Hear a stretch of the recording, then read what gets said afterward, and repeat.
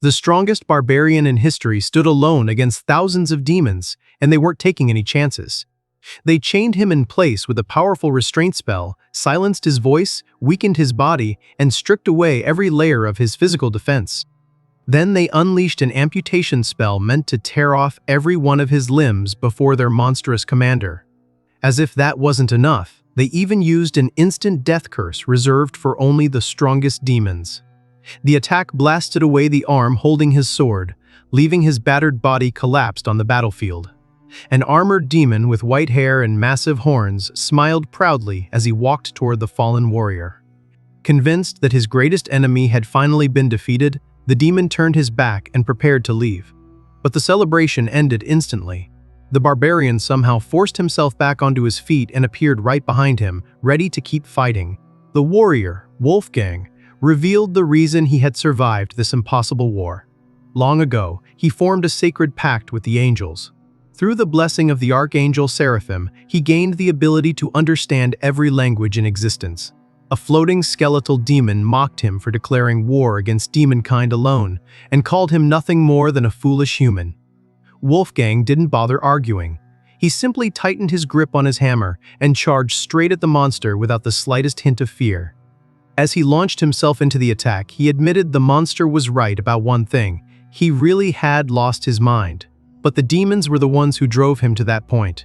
Using the countless divine blessings granted by the angels, he crushed enemy after enemy as the demon count continued dropping at an unbelievable pace. Every blessing had been given to support his lonely journey of revenge. During the battle, a hooded demon landed a devastating blow and told him to surrender. Instead, Wolfgang revealed another terrifying blessing. The fallen angel Uriel had granted him an overwhelming regenerative ability. Even if his head was cut off, a brand new one would instantly grow back. Staring at the horrified demon, he calmly promised to beat him to death with nothing but his bare hands. At that moment, the demons began questioning who the real monster on the battlefield actually was. More than 10,000 demons eventually gathered to stop his unstoppable advance. They lured him into a cursed temple specifically designed to sever his connection with the angels. Even though he knew it was a trap, Wolfgang walked inside without hesitation. An arrow immediately pierced his chest, but he simply ripped it out and continued forward because this confrontation was the reason he had started the war in the first place. Standing before him was the demon responsible for murdering his beloved family. The demon laughed, revealing that the temple had hidden him perfectly until now. A relentless storm of arrows rained down on the barbarian, slamming into his body one after another. Even without taking a single step back, Wolfgang admitted the enemy's plan had worked. Inside this temple, the angel's healing power could no longer reach him. The demon mocked him for becoming nothing more than a weak human. Wolfgang simply smiled and pointed out one small mistake. The demon had wasted far too much time talking. Infuriated, the demon commander ordered every remaining soldier to attack at once. Wolfgang laughed and replied that they should have done that from the beginning. Then he revealed his second great secret. A massive green aura exploded from his body as he completely surpassed human limits. Charging like a hurricane, he sliced through countless demons with overwhelming speed and power. His sword gathered an enormous amount of energy before unleashing a devastating attack that erased the entire battlefield. When the dust finally settled, only Wolfgang and the demon leader remained alive. Watching his entire army disappear, the last demon fell into despair. Wolfgang grew tired of hearing excuses and raised his sword for the finishing blow. His revenge was finally complete. He planned to return home to Germania, rebuild the world destroyed by darkness, and once again live freely exploring the seas. But the defeated demon refused to accept defeat. Declaring that demonkind would never fall to a single barbarian, he stabbed himself to activate one final forbidden spell. Wolfgang mocked the desperate sacrifice, believing it would change nothing. But a brilliant golden magic circle suddenly appeared beneath his feet. Before he could react, his body slowly began turning into solid stone. High above, the angels watched in horror as the forbidden curse took effect. He gradually lost all feeling in his body, his hearing disappeared, his vision faded. Even while thinking about his murdered family, he couldn't stop the petrification. Moments later, darkness consumed him completely. The story suddenly jumped to the modern era. A young tourist admired the remarkably lifelike stone statue of the legendary Barbarian inside a cave. Somehow, Wolfgang could still hear the boy's voice despite being trapped inside the statue. As the tour guide called everyone back to the group, the statue's hands suddenly moved. The ancient curse had finally begun breaking. Wolfgang awakened after countless years of imprisonment and immediately grabbed the shocked tourist by the head. Ordering the frightened boy to move aside, he casually threw him across the cave with monstrous strength. The guide and every visitor screamed as the statue came to life. Wolfgang stretched his stiff muscles, cracked his neck, and complained that this strange place was filled with noisy humans. His only goal remained unchanged. He would hunt down the demon leader and finish what he started. Before leaving, he opened his familiar golden status window to see what had changed during his long imprisonment. The information completely stunned him. The system reported that nearly 1 million demons now existed across the world, while mysterious people known as hunters had appeared everywhere. Even worse, the survivor count for barbarians displayed only a single living member. Wolfgang realized he was truly alone. Whatever this new world had become, he would face it the same way he always had, head-on. Before he could leave, several men dressed in black suits surrounded him. Looking at the unconscious tourist, Wolfgang couldn't understand why everyone was making such a fuss over one fragile human. One of the suited men stepped forward, introduced himself as a dungeon guard from a famous guild, showed his hunter identification, and demanded Wolfgang's documents. The barbarian had absolutely no idea what the man was talking about. When the guard tried threatening him instead, Wolfgang grabbed him by the neck with one hand and effortlessly lifted him into the air, leaving every other guard frozen in fear.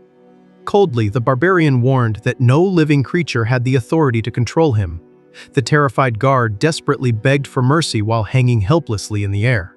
Just then, a young woman came running into the cave, completely out of breath. She urgently asked if he was the legendary Wolfgang. Hearing his own name after awakening in an unfamiliar world, the barbarian immediately released the guard and turned toward the mysterious girl. Staring at her suspiciously, he demanded to know how she knew his real name. Standing before the frightened young woman, Wolfgang looked as intimidating as ever, while the defeated dungeon guard continued coughing on the floor. Although she was clearly nervous, the girl gathered her courage, introduced herself as Kong Yurin from the Hunter Association, and suggested moving somewhere more comfortable to talk. Before the barbarian could refuse, his stomach let out a thunderous growl after centuries without a proper meal. Smiling at the perfect timing, Yurin promised him plenty of food and a comfortable place to rest. That was one offer he had no reason to reject. The two stepped through a glowing blue teleportation portal and arrived in the middle of a bustling modern city filled with towering buildings. Wolfgang looked around in amazement, fascinated by how much the world had changed during his long slumber. As they traveled through the city, Yurin explained that the Hunter Association handled monsters emerging from portals, while government agencies dealt with the most dangerous large-scale threats. She also revealed that she had originally been involved in a project to discover new hunters, making the barbarian wonder how he had become part of it. Once they arrived at the association headquarters, she explained that everyone had believed he was nothing more than an ancient statue trapped by a petrification curse.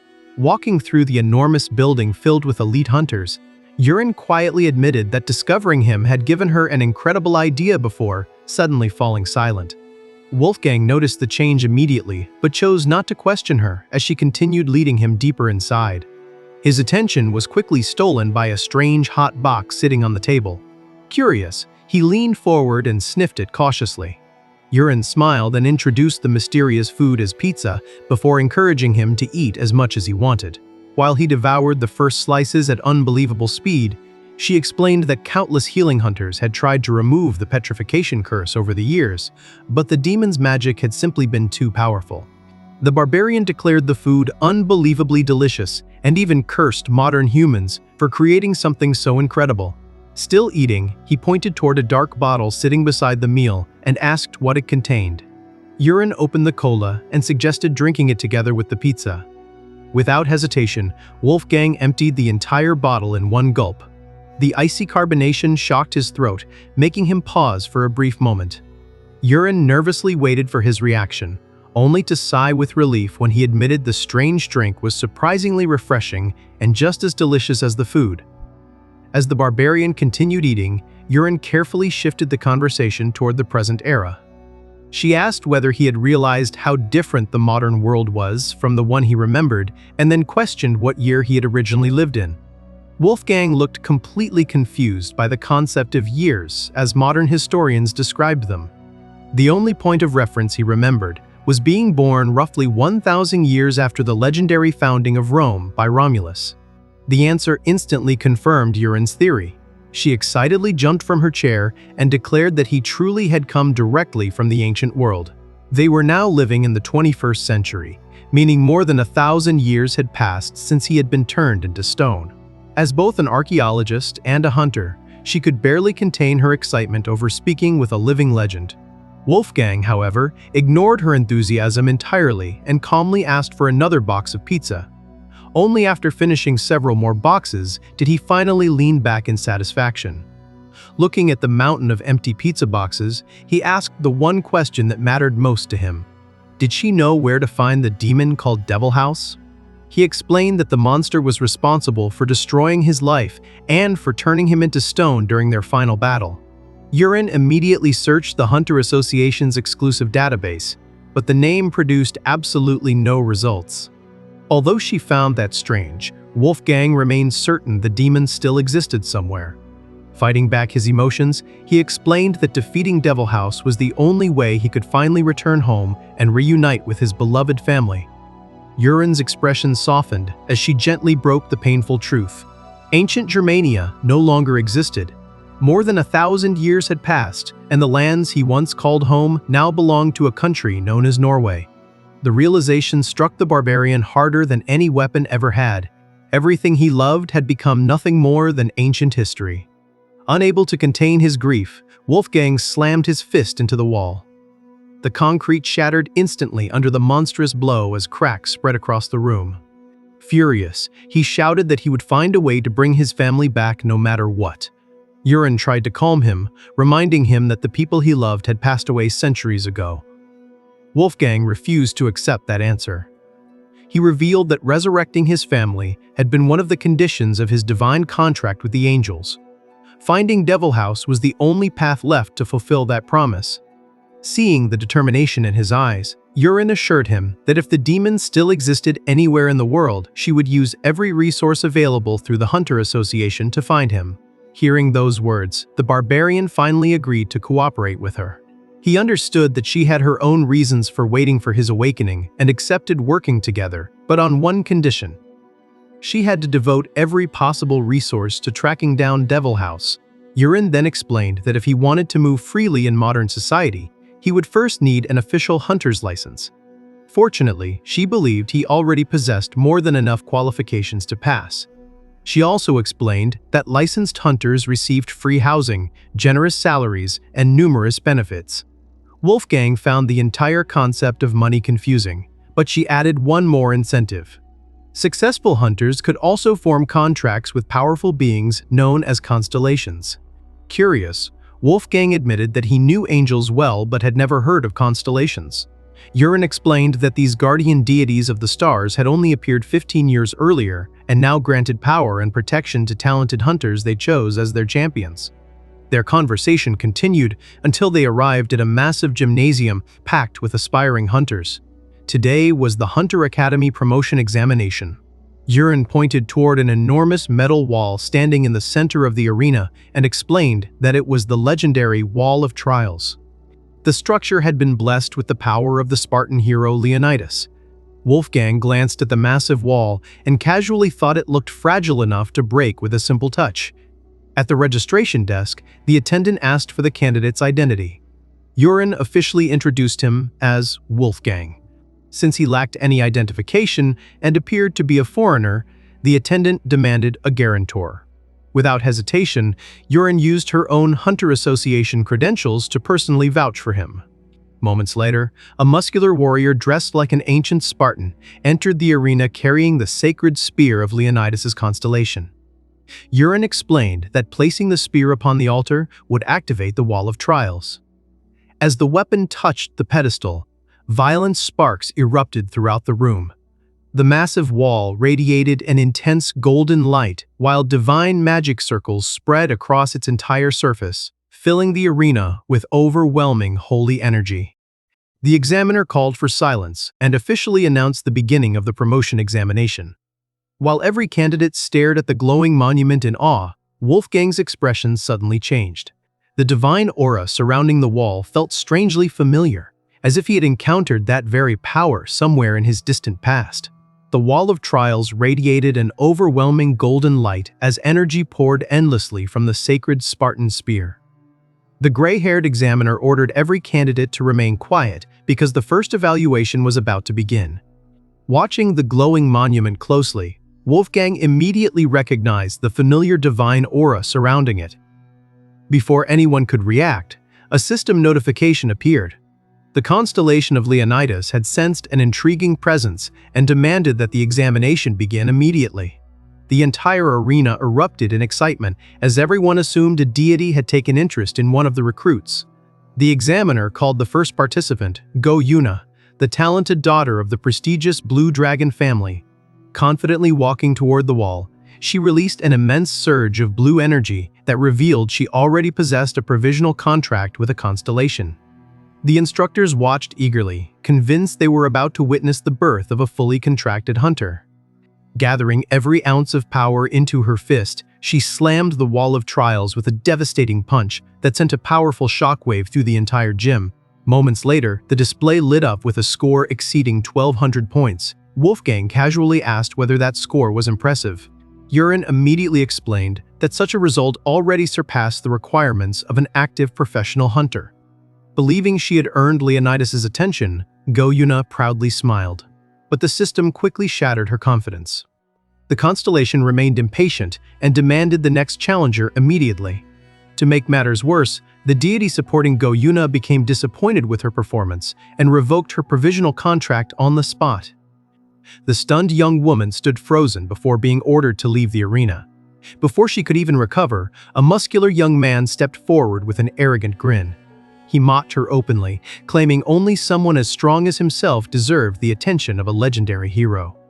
The spectators instantly recognized him as Kim Jin-woo, one of the strongest candidates in the examination. A system notification announced that the constellation of the Barbarian descendant had blessed him with overwhelming physical strength, causing his body to erupt with a fierce red aura. Overflowing with confidence, Kim Jin-woo charged the wall and unleashed a devastating punch. The impact was so powerful that the instructors had to shield themselves from the cloud of dust filling the arena.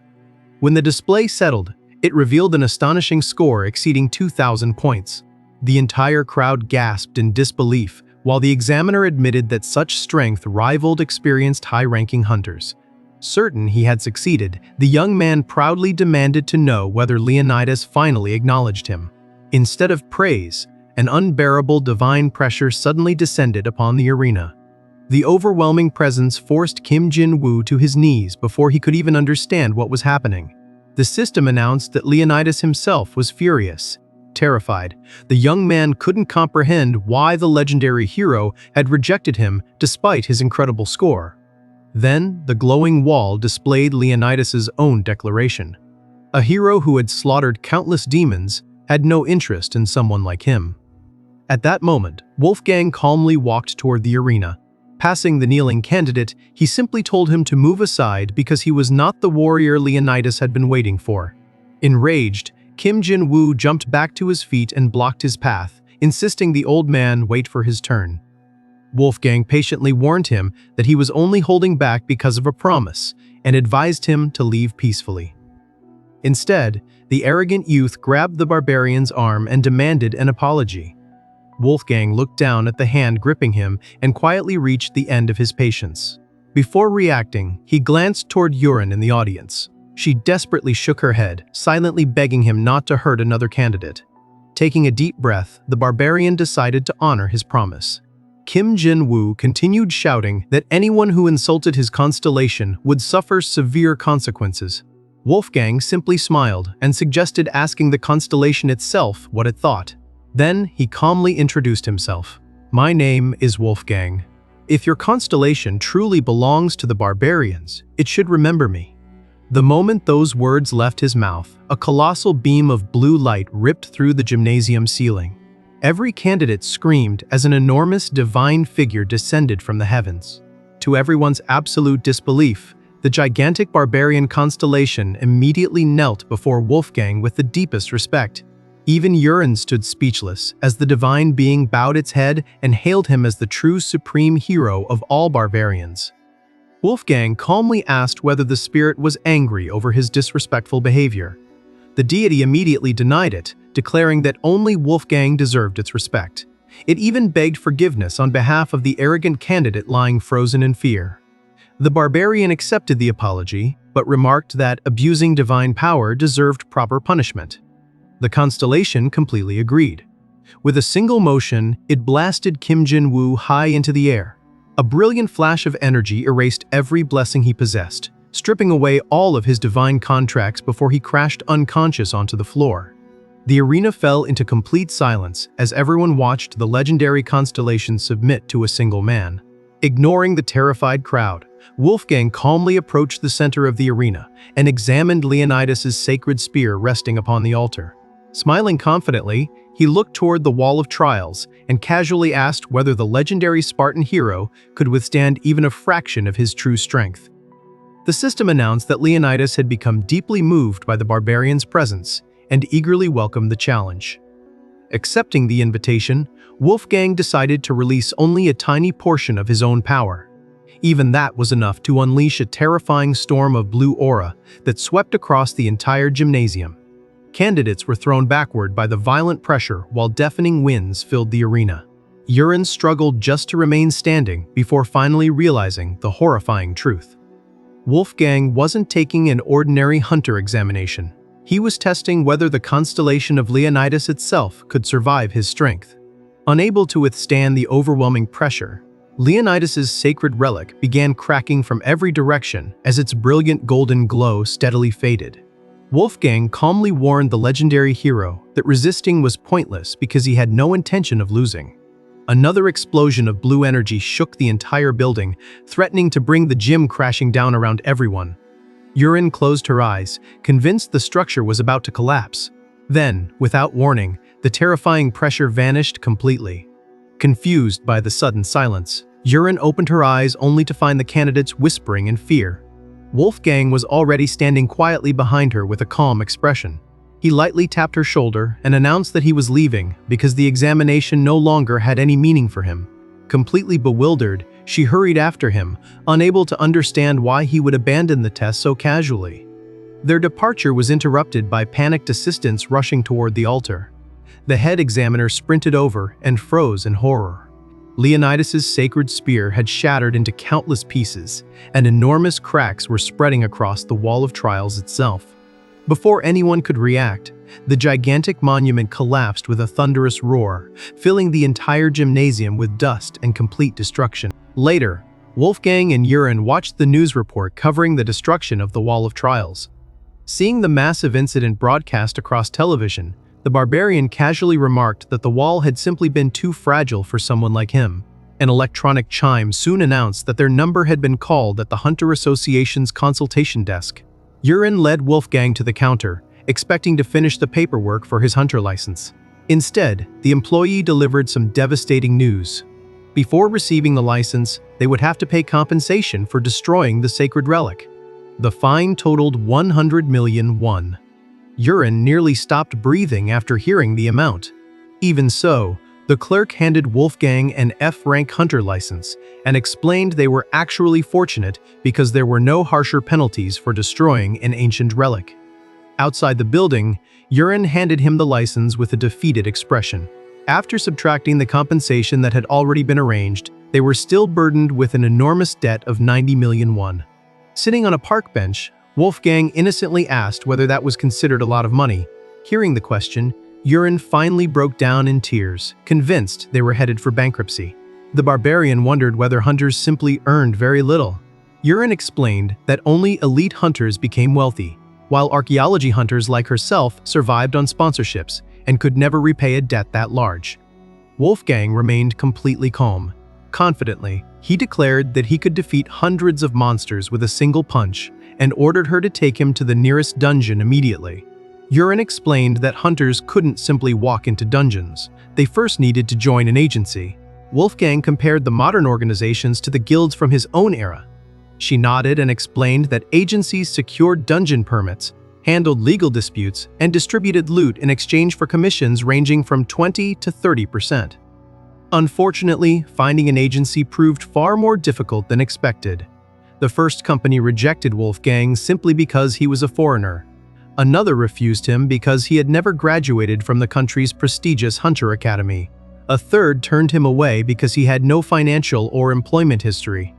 After several rejections, the frustrated Barbarian complained that people in this era talked far too much, while Yurin patiently tried to explain the endless bureaucracy. As they continued walking through the city, Yurin suddenly realized how unusually quiet her companion had become. She jokingly suggested that shaving his beard might make employers take him more seriously before remembering he was still wearing an enormous wolf pelt. Wolfgang proudly declared that a barbarian's beard represented his honor and that his cloak came from the legendary Fenrir clan. Yurin sighed and pointed out that pride wouldn't help him get hired. Just then, a timid man in a business suit approached them. Startled by Wolfgang's booming voice, the recruiter nervously introduced himself as a representative of MU Agency. He claimed they were one of the largest hunter agencies around and would gladly offer the Barbarian a contract. Yurin immediately recognized the company's name. MU Agency was infamous for exploiting inexperienced hunters with terrible contracts. Even after arriving at their office, she remained convinced they were nothing more than scammers. The recruiter admitted he had heard about every agency rejecting Wolfgang and proudly claimed MU Agency had much lower hiring standards. He then offered a signing bonus of 20 million won in exchange for sharing dungeon profits and accepting mandatory weekly dungeon assignments. Yurin was furious. She immediately realized the proposal was nothing more than a disguised slave contract. Before she could object, Wolfgang suddenly slammed his hand onto the table and demanded a signing bonus of 100 million won instead. Yurin nearly panicked. The Barbarian calmly explained that he needed exactly that amount to pay off the enormous fine. The recruiter smiled slyly before agreeing without hesitation. In exchange, however, the contract would now last 10 years, with the agency taking half of every reward Wolfgang earned. After leaving the office, Yurin couldn't hold back her frustration. She scolded the Barbarian for agreeing to such an abusive contract without even reading the details. Wolfgang calmly replied that he understood the dangers of contracts better than anyone. During his lifetime, he had witnessed countless people destroyed by unfair divine pacts. Even so, he believed those who helped him deserved absolute loyalty. He then reminded Yurin of the only reason he had accepted the deal. She had promised to help him locate the demon Devil House, the monster responsible for exterminating his entire tribe. Killing that demon remained the only way to fulfill his divine contract and bring his family back. Hearing the pain in his voice, Yurin apologized for getting angry. She admitted she constantly worried about him because he had awakened in a world completely different from the one he knew. Smiling gently, she promised that helping the ancient barbarian adapt to modern society had become her own mission. Their conversation was interrupted when the recruiter informed them that Wolfgang's hotel room was ready. Later that evening, Yurin lay in bed scrolling through a group chat on her phone. Her friends were excitedly discussing the shocking news about the mysterious statue that had awakened after destroying the legendary relic. Although she secretly admitted the feat was incredible, she couldn't stop thinking about the enormous debt it had left her with. Her colleagues repeatedly begged her to introduce them to the legendary barbarian, but she immediately refused.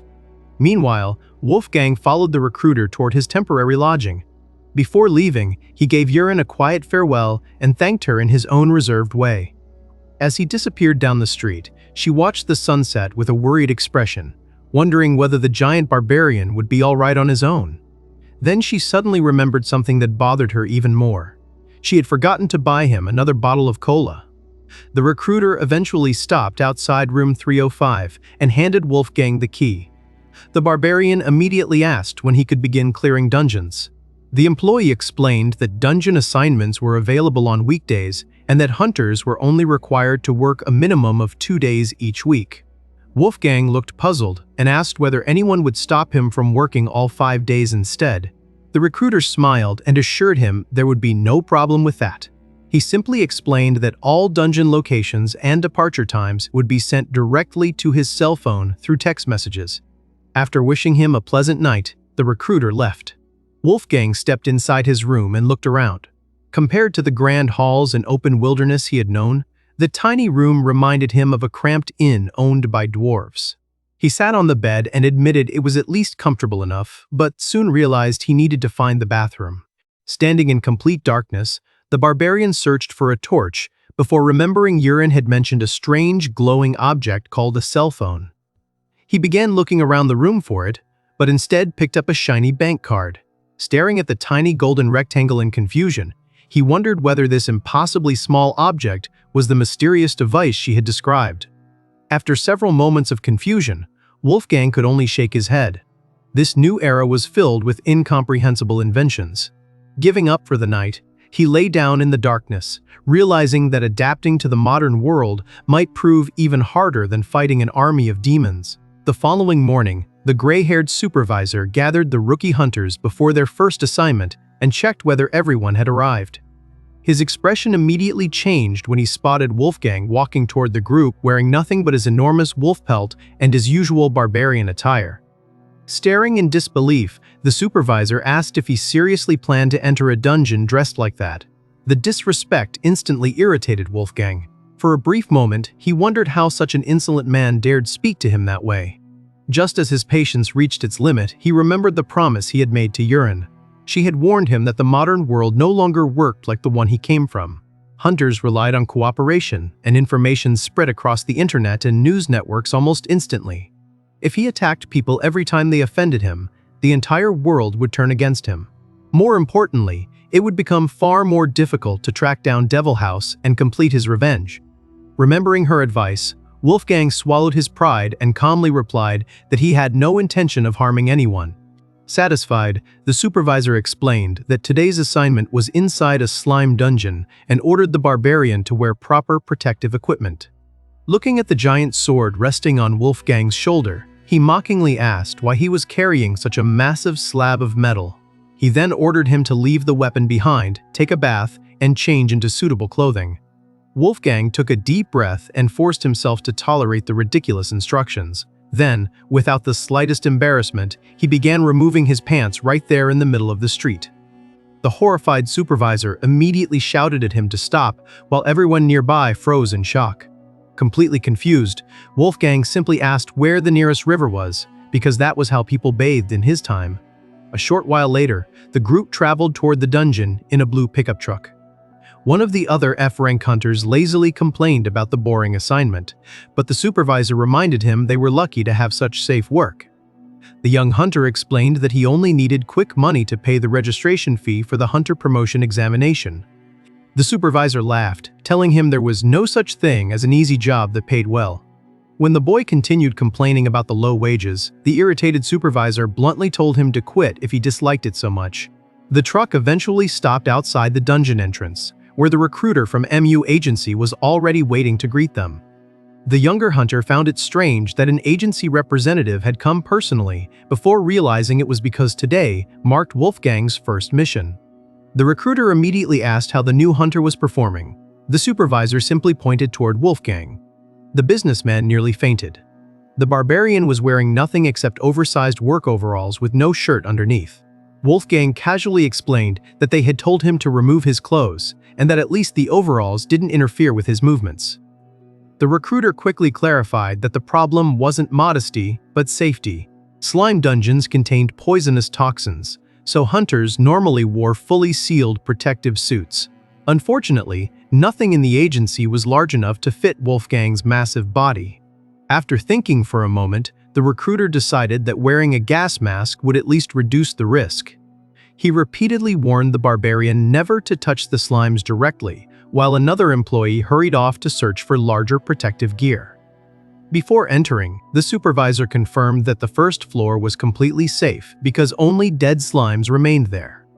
The second floor, however, contained real danger. The employee heading off to find equipment begged Wolfgang not to descend any deeper until he returned. With that, The hunters entered the dark cavern and began collecting the remains of dead slimes scattered throughout the tunnels. The young hunter accompanying Wolfgang explained that he already knew the dungeon well. As long as they avoided the poisonous gas and handled the slimes carefully, everything would be fine. Wolfgang crossed his arms and calmly asked whether there were really that few dead slimes inside.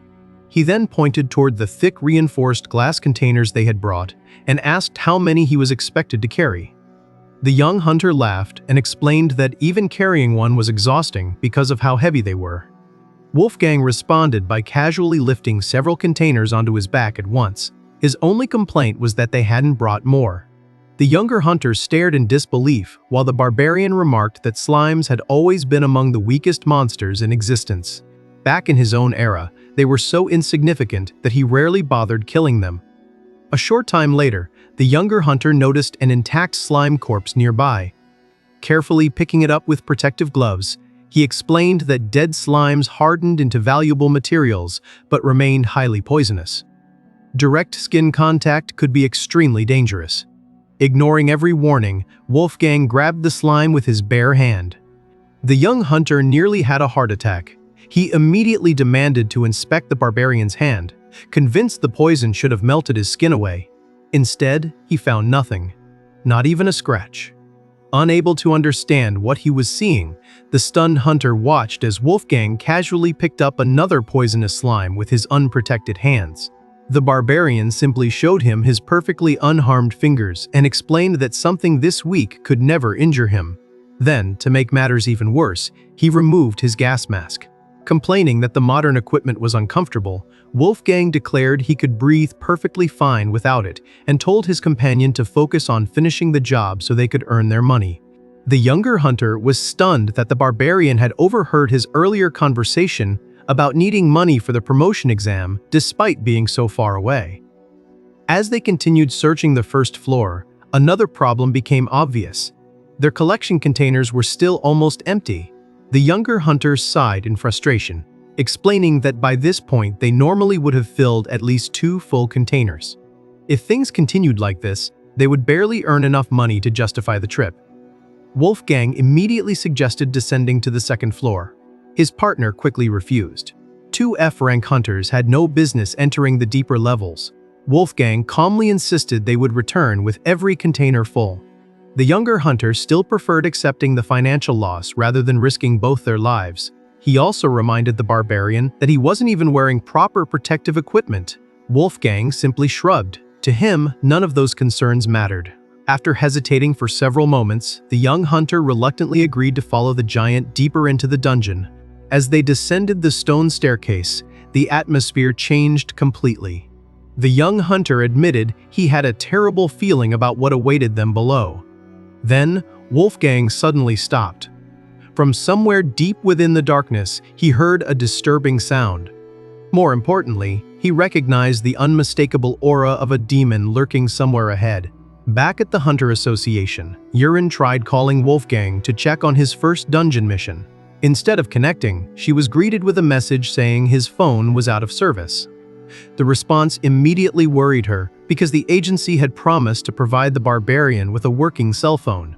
At that moment, she ran into Kim, who explained that they couldn't find a protective suit large enough to fit Wolfgang. A custom-made one would take an entire week to finish, so the barbarian had been instructed to stay on the dungeon's first floor, where the work was considered safe. After ending the call, Kim muttered that he would have to hurry back to the dungeon himself to deal with the situation. Before he could leave, Yurin suddenly appeared behind him, startling the businessman. She immediately demanded to know whether Wolfgang had been sent to the slime dungeon. Kim insisted he had personally delivered the phone and had no idea why it wasn't working.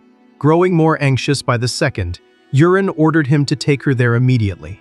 Meanwhile, deep inside the slime dungeon, Wolfgang and the young hunter reached the restricted entrance leading to the second basement. The barbarian spotted a living slime glowing in the darkness. His companion immediately panicked and warned that living slimes were far more poisonous than the dead ones they had been collecting. Wolfgang didn't even hesitate.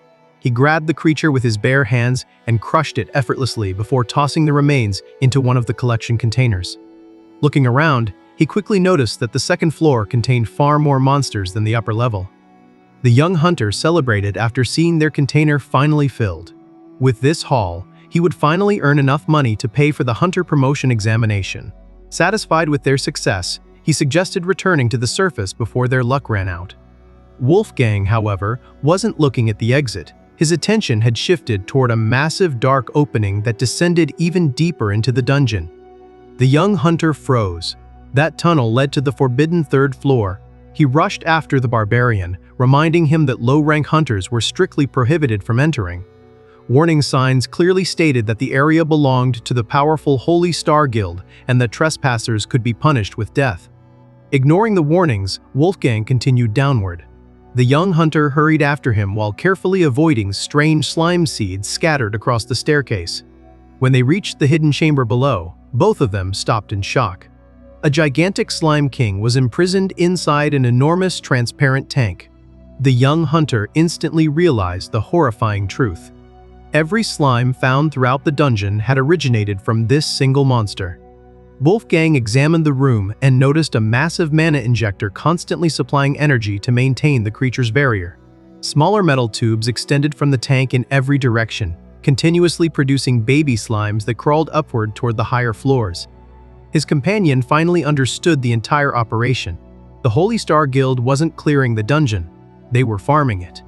The guild deliberately bred monsters to guarantee an endless supply of resources and profits.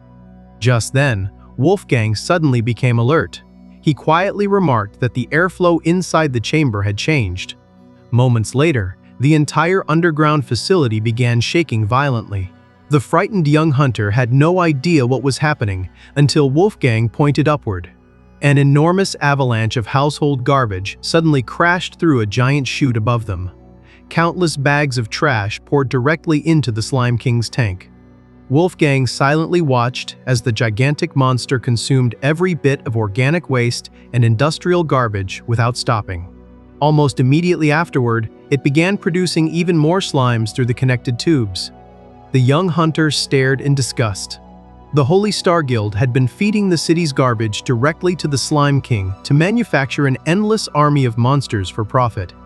At that exact moment, Wolfgang's blessing from the Archangel Seraphim activated. The system detected an unfamiliar language. His companion noticed the change in his expression and asked whether he had heard something. Wolfgang quietly replied that it wasn't simply a sound. Then a mysterious green light illuminated the back of the chamber. The young hunter turned around and shouted in alarm. Every slime that had scattered throughout the room was suddenly rushing back toward them. Before either of them could react, an enormous wave of green slime slammed directly into Wolfgang, completely swallowing his head and upper body. The young hunter panicked as the barbarian disappeared beneath the mass of corrosive monsters. Inside the living slime, however, Wolfgang remained perfectly calm. With his eyes closed, he listened carefully. Then he heard it. A weak and sorrowful voice echoed from deep within the Slime King. It begged him for death. Opening his eyes, Wolfgang realized his blessing truly allowed him to understand the thoughts of the creature itself. The desperate voice pleaded with him to end its suffering. The barbarian calmly accepted the request, but first asked whether it knew the location of the demon Devil House. Sadly, the Slime King confessed that it knew nothing about the demon. Wolfgang silently accepted the disappointing answer. Moments later, the slime slowly slid off his body, revealing him completely unharmed despite the creature's powerful acid melting away most of his clothing. His companion rushed over and stared in disbelief. The slime should have dissolved his flesh, yet the barbarian's body didn't even have a scratch. Wolfgang ignored the concern and spoke with complete seriousness. The Slime King wanted to die. The young hunter could hardly believe what he was hearing. Still struggling to process the situation, he reminded Wolfgang that they were only F-rank hunters. The barbarian calmly asked one simple question. If I destroy that mana injector, will the monster finally die? The young hunter nervously admitted that destroying the injector would indeed kill the Slime King, but immediately begged him not to do it. The entire facility belonged to the Holy Star Guild. Damaging their property would bring unimaginable consequences. For a brief moment, Wolfgang remained completely silent. The young hunter sighed with relief, believing he had finally convinced him. Then the barbarian casually threw a punch. The mana injector cracked under the overwhelming impact. The horrified young hunter desperately shouted that the Holy Star Guild controlled everything in the dungeon and begged him to stop. Before he could even finish speaking, he realized Wolfgang had already begun shattering the barrier protecting the Slime King. The young hunter desperately stepped in front of Wolfgang, begging him to stop. Destroying a forbidden facility controlled by the Holy Star Guild would bring unimaginable consequences. Wolfgang calmly ordered the frightened boy to move aside. With an intimidating stare, he declared that he had a sacred promise to fulfill. The young hunter tried to argue about contracts, guild authority, and the punishment waiting for them. Wolfgang coldly replied that none of that mattered anymore. Behind them, the containment barrier surrounding the Slime King continued breaking apart. Watching the shield collapse, the young hunter panicked as every slime inside the chamber suddenly became frantic. The monsters moved wildly, as if they sensed something terrible was about to happen. Wolfgang immediately ordered his companion to run. He calmly warned that the entire chamber would explode within moments and told the boy to save his own life while there was still time. The young hunter hesitated, worried about leaving the barbarian behind, but Wolfgang assured him that worrying about his safety was completely pointless. Realizing there was nothing else he could do, the boy turned and sprinted toward the exit, desperately hoping the giant warrior would somehow survive. Now standing alone before the imprisoned Slime King, Wolfgang looked directly at the suffering creature. He quietly told it that its long torment was finally coming to an end. An instant later, a colossal explosion erupted from the shattered containment chamber. The violent blast tore apart the entire third basement as a blinding green light swallowed everything underground. The massive shockwave ripped through the dungeon, shaking every tunnel from top to bottom. Even in the middle of the explosion, Wolfgang stood completely unmoved, enduring the overwhelming force without taking a single step backward. Outside the dungeon, the evening sun was beginning to set behind the mountains when Kim finally arrived with Yurin in a silver van. They greeted the supervisor waiting outside the entrance and immediately asked where the rookie hunters were. The supervisor frowned. They should have returned long ago. Before anyone could investigate further, the ground suddenly began shaking violently beneath their feet. Birds scattered from the surrounding forest while the entrance guardhouse trembled. Yurin grabbed the van for support, wondering what could possibly cause such a violent earthquake. The shaking stopped almost as quickly as it had begun, but nobody felt relieved. The supervisor immediately prepared an emergency report, fearing the two rookie hunters had been trapped inside the collapsing dungeon. Yurin borrowed a gas mask without hesitation and declared that she was going inside herself. Deep underground, the Slime King spoke once more. Instead of asking for death, it made one final request. Before disappearing forever, it wanted to see the outside world just once, instead of dying trapped in endless darkness. Wolfgang accepted. The giant slime wrapped itself around his waist like a suit of living green armor. Feeling the strange sensation, the barbarian admitted it was incredibly uncomfortable. Then he bent his knees. With one tremendous leap, Wolfgang launched himself toward the surface. His overwhelming strength blasted straight through layers of solid rock as entire sections of the dungeon collapsed behind him. The mountain itself shook under the force of his escape. Moments later, he burst through the ground and soared high into the open sky. Yurin could only stare in complete disbelief. Back inside the collapsing dungeon, the young hunter struggled toward the exit while the ceiling crumbled around him. He dropped every collection container in panic as chunks of stone rained down around him. Looking back, he froze in terror. A massive wave of slimes was rapidly closing the distance. The creatures bounced across the walls with incredible speed until they were almost upon him. Just as they were about to catch him, Wolfgang suddenly appeared. The barbarian shot past the monsters, carrying the Slime King around his waist while effortlessly overtaking every slime in the tunnel. The bright light of the exit finally appeared ahead. The young hunter nearly cried with relief, believing they had survived. Before he could celebrate, Wolfgang grabbed him by the collar of his protective suit. Without saying a word, the barbarian hurled him straight out of the dungeon entrance. The terrified boy flew through the air, screaming before crashing safely near the guardhouse. A heartbeat later, Wolfgang burst out of the collapsing tunnel himself. He landed perfectly on the stone ground, the impact cracking the earth beneath his feet. The remaining slimes exploded into the sky around him like a giant green tidal wave. Everyone outside looked up in horror as thousands of slimes rained down from above. Green explosions illuminated the mountains while monster remains scattered throughout the surrounding forest. Still wrapped around Wolfgang's waist, the weakened Slime King slowly dissolved under the sunlight. The young hunter couldn't understand why the barbarian had brought part of the creature outside instead of simply killing it underground. Wolfgang calmly explained that he had made a promise. The creature deserved to see the sunlight at least once before it died. Hearing that answer, the young hunter finally understood the incredible honor the barbarian lived by. Wolfgang then placed a glowing purple crystal into the boy's trembling hands. It was the Slime King's mana core.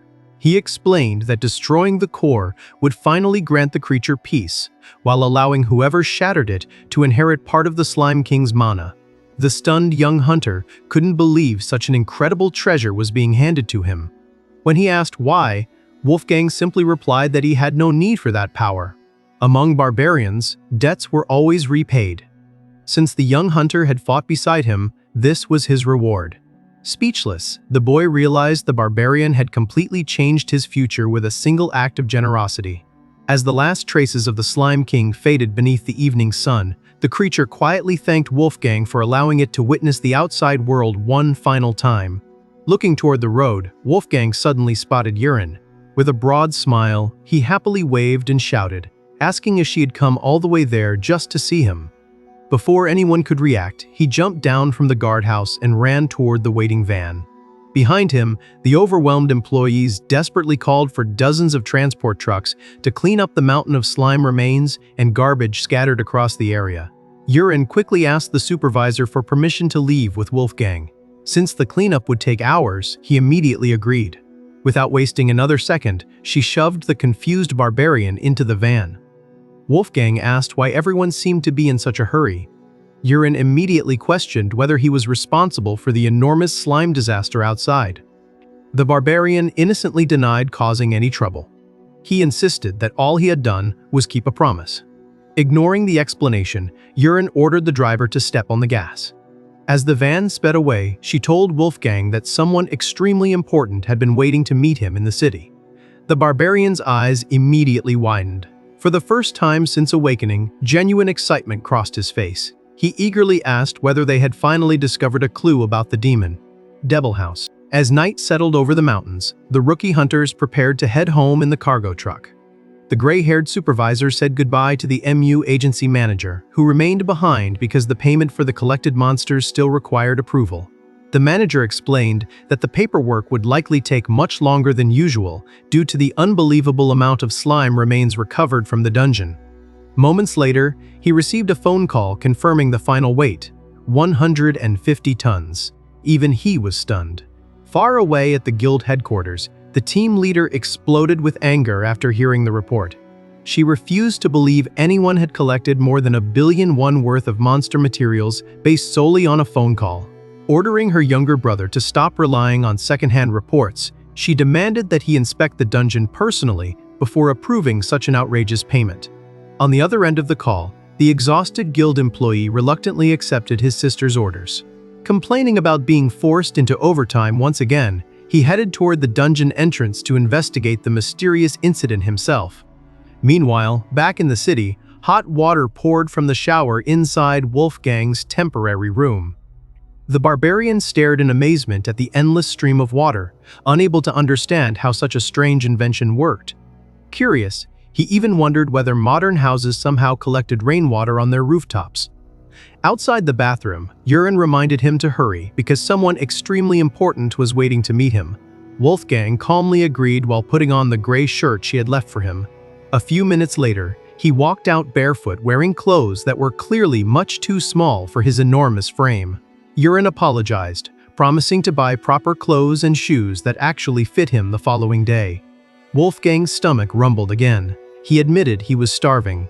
Laughing, Yurin promised to buy him food immediately after meeting the expert. She soon opened the office door and introduced Wolfgang to an elderly man who had been patiently waiting. The doctor adjusted his glasses before carefully observing the towering barbarian. Introducing himself as Dr. Se Choi Myung-jin, he politely shook Wolfgang's hand. The barbarian introduced himself along with the name of his ancient wolf tribe before asking which territory the mysterious archaeology tribe came from. The doctor couldn't help laughing. He patiently explained that archaeology wasn't the name of a tribe but an academic field devoted to studying the past. Wolfgang nodded in understanding but quickly interrupted. Learning could wait. Food came first. Yurin placed several boxes of crispy fried chicken on the table, and the barbarian immediately began devouring them at incredible speed. Both researchers watched in amazement as he emptied box after box before washing everything down with another bottle of cola. Only after satisfying his appetite did Wolfgang finally ask what the doctor wanted to discuss. Dr. Choi explained that he had many questions. Wolfgang calmly agreed to answer anything he could. The doctor's first question was simple. How could someone from over 1,000 years ago speak modern Korean so perfectly? Wolfgang explained that the angels had blessed him with the ability to understand and speak every language in existence. The answer caught the doctor completely off guard. Curious, he asked whether those winged beings were another type of constellation. Wolfgang looked confused by the comparison. He explained that the glowing beings he had encountered during the hunter examination were the constellations everyone kept talking about. He mentioned Leonidas and the Barbarian constellation that had both appeared before him, adding that those divine beings had shown him tremendous respect. Then he casually stated something that left both listeners speechless. Compared to the angels he once fought beside, those constellations were far weaker beings. According to Wolfgang, the angels had personally sought the help of the barbarian tribes during their ancient war against the demons. Dr. Choi silently organized everything he had learned. He summarized the incredible story.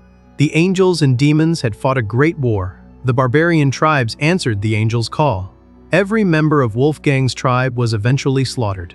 Left completely alone, Wolfgang waged a one-man war of revenge against demonkind until he finally confronted Devil House. That final battle ended with the demon's petrification curse, trapping him as a statue for more than 1,000 years. Hearing him recount those painful memories, Yurin gently placed her hand over his. She quietly promised that together they would find Devil House somewhere in the modern world. Wolfgang closed his eyes. Even after 1,000 years, the memory of his family's massacre still burned inside him. When the doctor apologized for bringing back such painful memories, Wolfgang calmly replied that he could never allow himself to forget. Remembering them was the very reason he continued fighting. After a brief silence, Dr. Choi hesitantly asked one final favor. He wanted permission to verify whether Wolfgang truly was the legendary relic discovered inside the ancient cave. The barbarian smiled slightly at being called a relic. From his pocket, the doctor carefully removed a small golden statue. He explained that it was a sacred artifact connected to the Buddhist constellation with whom he had formed his own contract. If Wolfgang allowed it, the spirit could analyze his aura and confirm his true identity. Wolfgang quietly examined the small statue without answering. Yurin clasped her hands together and earnestly asked him to cooperate. She explained that proving his identity would greatly help her archaeological research, and the doctor would also assist in searching for Devil House. Seeing how important the request was to her, Wolfgang finally nodded. The small golden statue immediately began glowing with brilliant light. A powerful Buddhist spirit manifested inside the room. The moment it saw Wolfgang, the divine monk declared that the barbarian was the great hero who had ended the Age of Chaos. Dr. Choi's eyes widened behind his glasses. Before he could even react, the powerful spirit bowed respectfully before Wolfgang. The elderly doctor was completely stunned.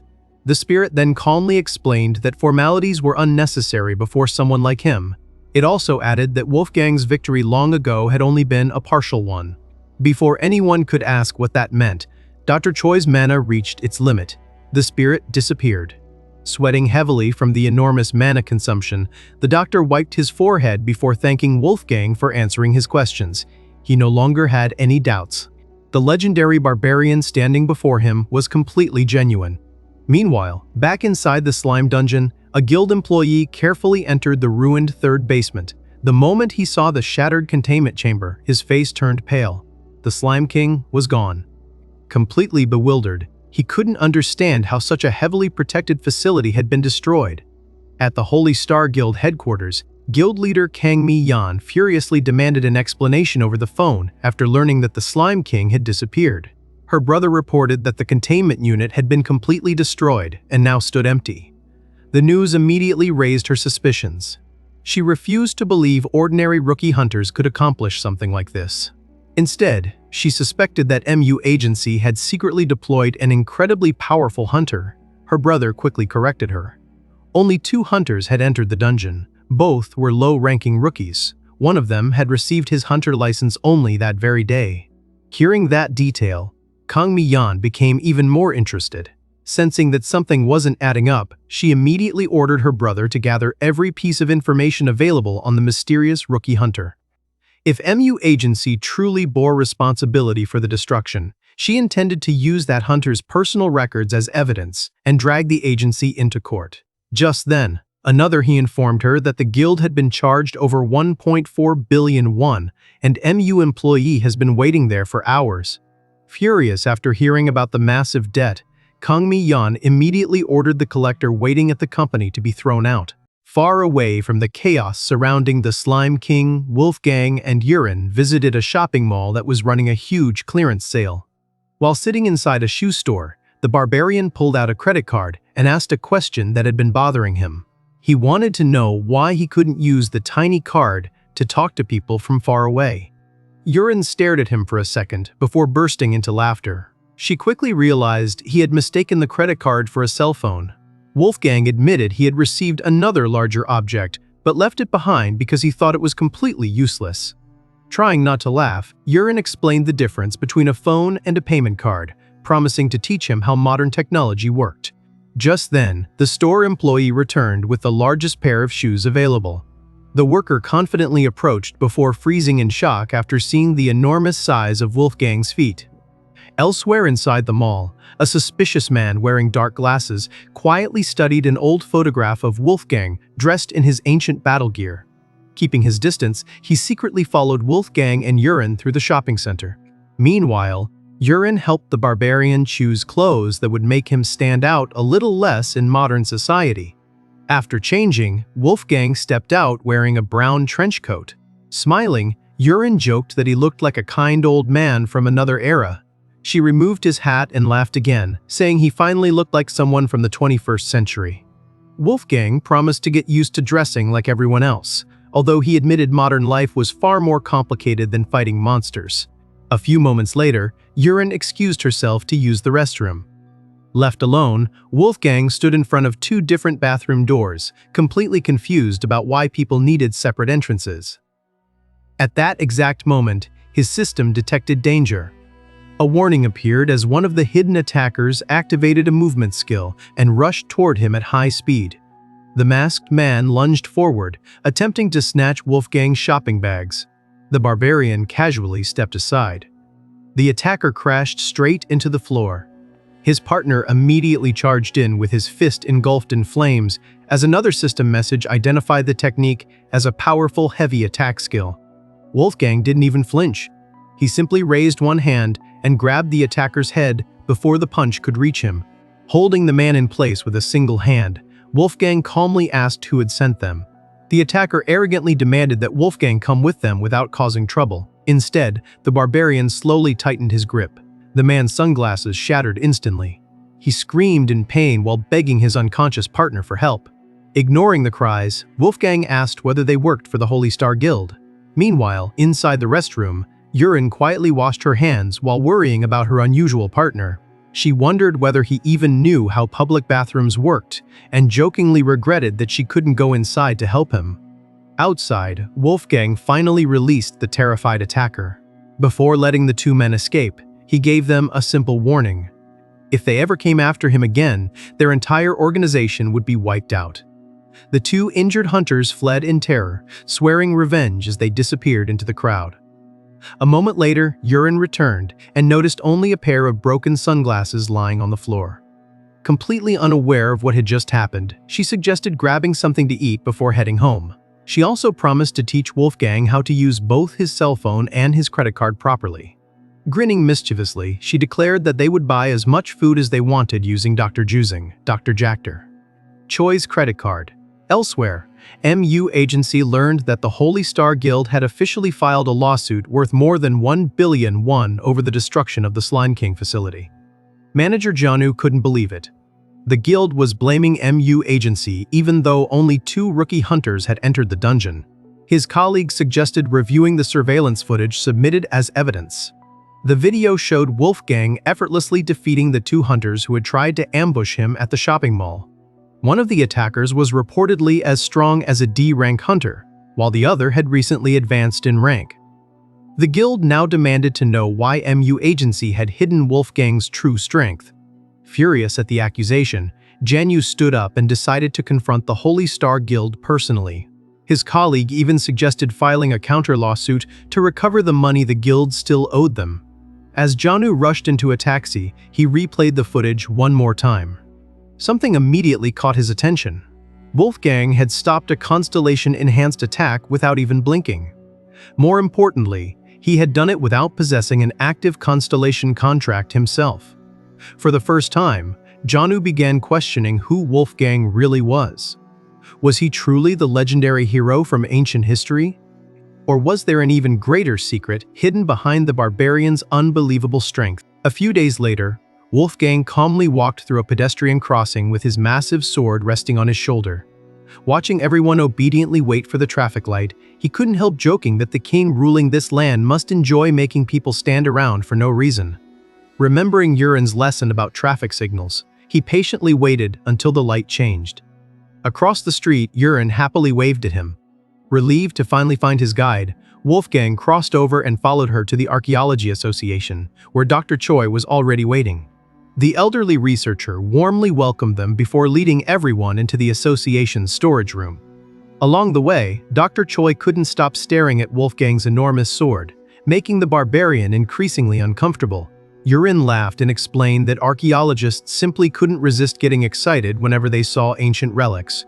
Wolfgang even handed over Fenrir's wolf cape, warning them to handle it carefully because it was a priceless relic. The moment Dr.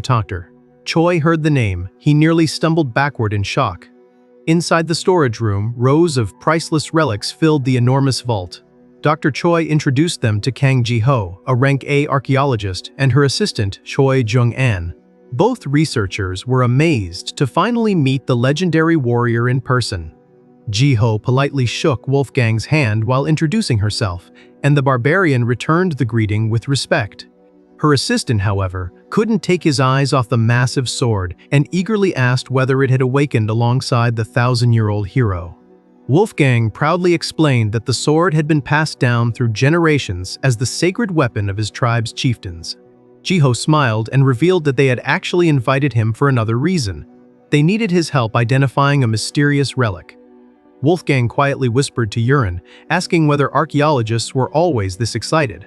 Trying not to laugh, she told him to get used to it. The group stopped in front of a massive blue warhammer displayed behind reinforced glass. Ji-ho explained that it had been discovered inside the same cave where Wolfgang had been found. Despite countless scientific examinations, nobody had been able to identify its original owner. The moment Wolfgang saw the weapon, memories flooded back. It belonged to Jonas, his closest friend. Jonas had once challenged him for leadership of the tribe, yet the rivalry had only strengthened their friendship. When the war against the demons began, Jonas fought fearlessly until he was killed in battle. After his friend's death, Wolfgang inherited the hammer and used it to slaughter countless demons on the battlefield. The room fell completely silent. Even Ji-ho lowered her head after hearing the heartbreaking story behind the relic. Wolfgang stared at the hammer and quietly swore that Devil House would one day pay for Jonas's death. Yurin gently held his hand and reminded him that he no longer had to carry his burden alone. She promised that everyone standing beside him would help him find the demon. Wolfgang sincerely thanked her for those words. Ji-ho apologized for reopening old wounds, but the barbarian shook his head. Finding his friend's weapon had made him happy. It had finally answered one of the mysteries surrounding the relic. Just then, Wolfgang suddenly froze. His eyes locked onto another object inside the laboratory. Without saying a word, he slowly reached toward a small arrowhead displayed behind an energy barrier. The moment he recognized it, his expression completely changed. An overwhelming wave of rage erupted from his body. His grip tightened so hard that cracks spread across the reinforced display case. Jiho immediately shouted for him to stop, warning that the relic was protected by an advanced security barrier. Wolfgang ignored her. He declared that he needed the arrowhead. Then he threw a single punch. The barrier held for only a moment before shattering. Even as powerful electricity surged through his arm, Wolfgang forced his hand forward until he finally grabbed the relic. The instant his fingers closed around it, painful memories came rushing back. He saw his tribe standing beneath a storm of arrows. He saw himself fighting beside his giant wolf. And he heard Devil House laughing as his people were slaughtered. Back in the present, black demonic energy slowly began leaking from the arrowhead. Filled with hatred, Wolfgang spoke a single name: Devil House. A short time later, the cursed arrowhead was safely sealed inside a reinforced glass container for examination. Yurin noticed the blood running down Wolfgang's arm and asked if he was all right. The barbarian ignored the injury. He explained that he could still sense the lingering magic left behind by Devil House. There was no doubt. The arrow had belonged to the demon. Jiho admitted the discovery was incredible, although she also scolded Wolfgang for risking his life by breaking through the barrier. The barbarian apologized, admitting he had lost control after recognizing the relic. Jiho accepted the apology, pointing out that despite the danger, his reckless actions had uncovered valuable evidence. She confessed that while she had always suspected the ancient hammer carried an important history, she never imagined the arrowhead would preserve traces of demonic magic. The archaeologist sighed. Properly analyzing it would be much easier if they had a demon hunter assisting the investigation. Distinguishing divine power from demonic magic wasn't something ordinary archaeologists specialized in. Wolfgang calmly explained that he could recognize demons because, after fighting them for years, even their scent had become unforgettable. Frustrated, Jiho slammed her hand on the table, complaining that the Archaeology Association had ignored every request she had made for a professional demon hunter. After thinking quietly for a moment, she suddenly looked at Wolfgang. Then she made an unexpected suggestion. Why not become a demon hunter himself? The barbarian looked completely confused. Jiho explained that Dr. Choi had promised to help search for Devil House, and becoming a demon hunter would grant Wolfgang access to classified records that ordinary archaeologists couldn't see. Yurin quickly agreed. Demon hunters had permission to investigate information that was completely restricted to everyone else. Considering Wolfgang's strength and his ability to track demons, she believed he would pass the qualification with ease. Interested, Wolfgang immediately asked what he needed to do. Jiho answered with a simple smile. He only needed to pass the promotion test. The moment she said that, Yurin's shoulders dropped. Jiho noticed the strange reaction and asked what was wrong. With a sigh, Yurin explained the problem. The promotion examination had been suspended indefinitely after Leonidas's sacred spear was damaged during the previous test. Without the examination, becoming a demon hunter was impossible. Jiho slumped over the table in disappointment and apologized to Wolfgang. Just then, Choi Jung-an raised his hand with a confident smile. He revealed that there was still another way to obtain the license. Everyone immediately turned toward him. Even Dr. Choi looked surprised. Smiling confidently, the young assistant revealed the alternative. If Wolfgang couldn't become a demon hunter through the promotion exam, then he would have to enroll in the Hunter Academy. The group explained that the Hunter Academy wasn't the only way to obtain a hunter license. Accredited institutions could also issue official certifications, and Jiho confirmed she had seen several hunters earn their licenses that way. Yurin wondered if only teenagers attended the academy, but Jiho explained that plenty of students in their 20s studied there as well. Curious, Jiho then turned to Wolfgang and asked how old he had been before he was petrified. The barbarian proudly answered that 33 years had passed since his birth. The room fell silent. Everyone was stunned. Despite looking like a battle-hardened veteran, Wolfgang was only 33 years old. Yurin quickly pointed out that Jiho was 3 years older than him, meaning he should respectfully call her Nuna. Wolfgang calmly accepted the custom and immediately addressed her as Jiho Nuna. Instead of feeling honored, Jiho panicked. She begged him to stop calling her that while wearing such a serious face because it made her feel much older than she actually was. Elsewhere, MU agency manager Janyu finished assigning work schedules before walking through the office. Passing one of the rooms, he noticed Wolfgang's name on the door. His mind immediately returned to everything he had witnessed: the shattered relic, the destroyed Slime King facility, and the security footage showing Wolfgang effortlessly defeating 2 experienced hunters at the shopping mall. The more he thought about it, the less sense it made. He decided there was only one way to learn the truth. He needed to test the Barbarian himself. Later, while walking through the city, Yurin explained that once Wolfgang entered the Hunter Academy, he could eventually transfer to Jiho's organization. She also mentioned that Jiho had agreed to help pay off his enormous debt because her guild offered the best chance of finding clues about Devil House. The only remaining problem was the expensive academy tuition. Wolfgang simply asked whether money was really that important. Yurin sighed. In the modern world, everything revolved around money. Before she could say anything else, Janu suddenly appeared behind them. With a smile, he offered to pay Wolfgang's tuition himself. Yurin stared at him in surprise. The manager explained that he only wanted one small favor in return. Wolfgang misunderstood immediately. He calmly agreed to throw only one punch and promised not to kill him. Janu couldn't help laughing. He warned the Barbarian not to underestimate him because he was an official C-rank hunter. Yurin wasn't convinced. Looking at the manager, she quietly thought he looked far too ordinary to survive one of Wolfgang's punches. Sensing her doubt, Janu proudly displayed the golden relic connected to his constellation. He confidently claimed that its power was strong enough to defeat even A-rank hunters. Yurin carefully examined the artifact and realized it was the medium used to summon his contracted constellation. Wolfgang simply smiled. If the relic was truly that powerful, then surely its owner could survive a single punch. He politely asked Yurin to stand farther away because the wind pressure alone might be dangerous. Then he looked directly at Janu. The Barbarian calmly told him to summon his constellation so they could begin. Without hesitation, Janu activated the relic. A system notification announced that the sacred metal constellation had answered the call. The golden medallion shone brilliantly as powerful blue energy surrounded the manager. Moments later, the constellation descended and possessed his body. Yurin watched in amazement as Janu's appearance completely transformed. His clothes changed into the traditional robes of an ancient royal inspector. After thinking for a moment, she finally recognized the legendary figure. The constellation was Park Mun-soo, the famous royal inspector from Korean history. At the same time, an entire army of ghost soldiers materialized around them. The spectral warriors marched in perfect formation, shaking the ground beneath their feet. Wolfgang looked around at the countless soldiers before casually asking whether he was expected to punch every single one of them.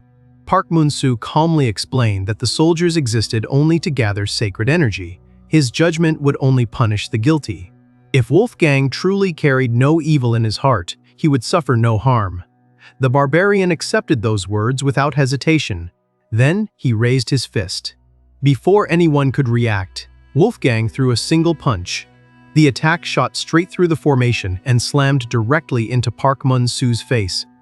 The inspector's eyes widened in terror. He tried to stop the attack. It was already too late. A massive explosion of wind covered the battlefield. When the dust finally settled, Wolfgang calmly looked around and asked if one punch had been enough.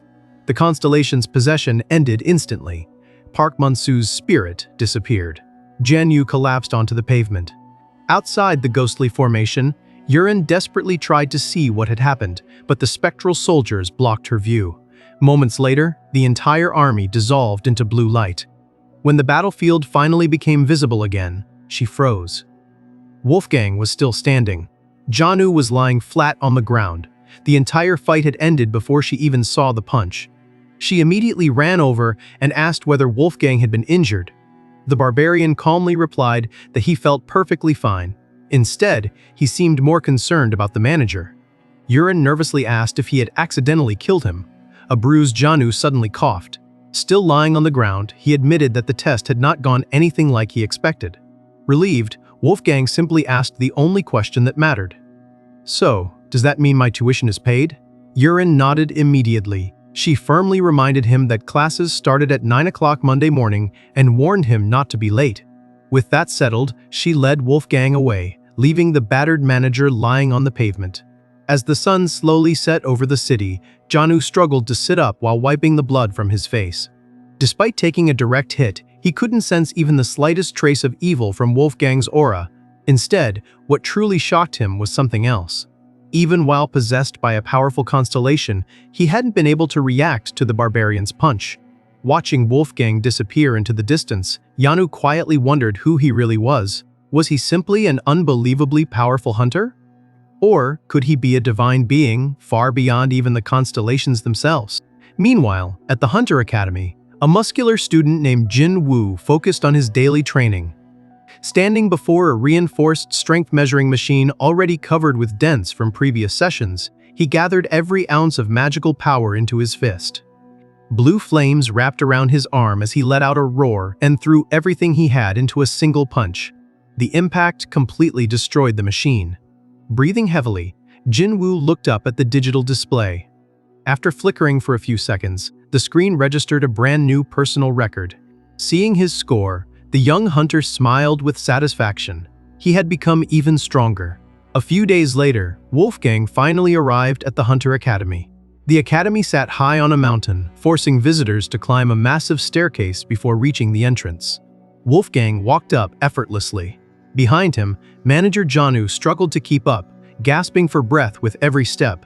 Yurin looked back and laughed, accusing him of pretending to be exhausted just to avoid paying the tuition. Janu immediately denied it. He insisted he wasn't worried about the money. His body still hadn't recovered from being possessed by his constellation during his fight with Wolfgang. Inside the admissions office, an employee explained that because the official hunter examination had been suspended after the destruction of the sacred relic, new applicants would now be enrolled through the academy instead. Since Wolfgang already possessed a provisional hunter license, he could begin immediately. The employee handed over his admission papers and explained that he would start in F class before advancing through academy evaluations. Yurin secretly celebrated. Ironically, the same incident that had destroyed the sacred spear had also created the opportunity for Wolfgang to enter the academy. Curious, she asked whether the academy also trained demon hunters. The employee nodded. He explained that the demon hunter course was personally overseen by the famous Professor Kim Song-chul. Yurin quietly repeated the professor's name, memorizing it for later. The employee then asked Wolfgang's father to wait outside while he prepared the enrollment documents. Wolfgang's expression immediately darkened. He had just been mistaken for Yurin's father. Yurin struggled to hold back her laughter before politely explaining that the bearded giant was actually the student. Embarrassed, the employee quickly apologized, admitting it was unusual to see someone with such an intimidating appearance enrolling as a first-year student. Yurin then asked where she needed to pay the tuition. The employee simply pointed out the window. Far below, Janu was still climbing the endless staircase toward the academy. Meanwhile, another instructor asked whether Wolfgang normally fought with a weapon. The Barbarian proudly answered that he used a sword. The instructor explained that students in special classes were expected to bring their personal weapons. Wolfgang casually replied that wasn't a problem. He could simply summon his sword whenever he needed it. Yurin blinked in confusion. She wasn't sure whether he was joking or being completely serious. Suddenly, a powerful gust of wind swept through the courtyard. A figure shot across the academy grounds at incredible speed before landing gracefully in front of the group. The employee immediately bowed.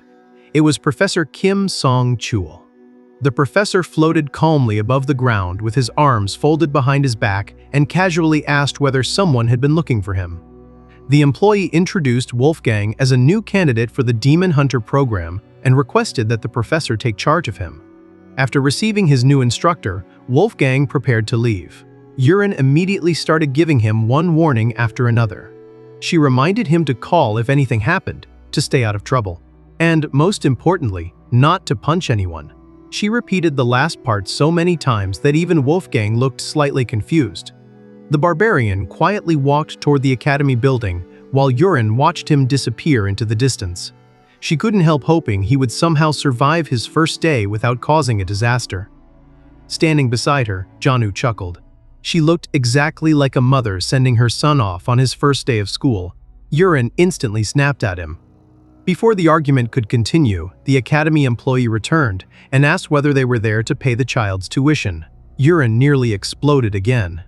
After calming down, she wandered through the hallway until she noticed a massive wall covered with portraits. Janu joined her and explained that it was the Hall of Fame, displaying the academy's greatest graduates. One photograph immediately caught his attention. It belonged to Jin Sung. According to Janu, he had been the strongest student during their generation and came from one of the country's wealthiest and most influential families. Despite being born into luxury, Jin Sang had chosen the difficult path of becoming a hunter. Yurin nodded. She remembered hearing rumors that his father had placed enormous pressure on him to become an elite hunter. Not long afterward, Jin Sang mysteriously disappeared without leaving behind any explanation. Janu admitted that becoming the country's greatest hunter had been both his father's expectation and Jin Sang's own dream.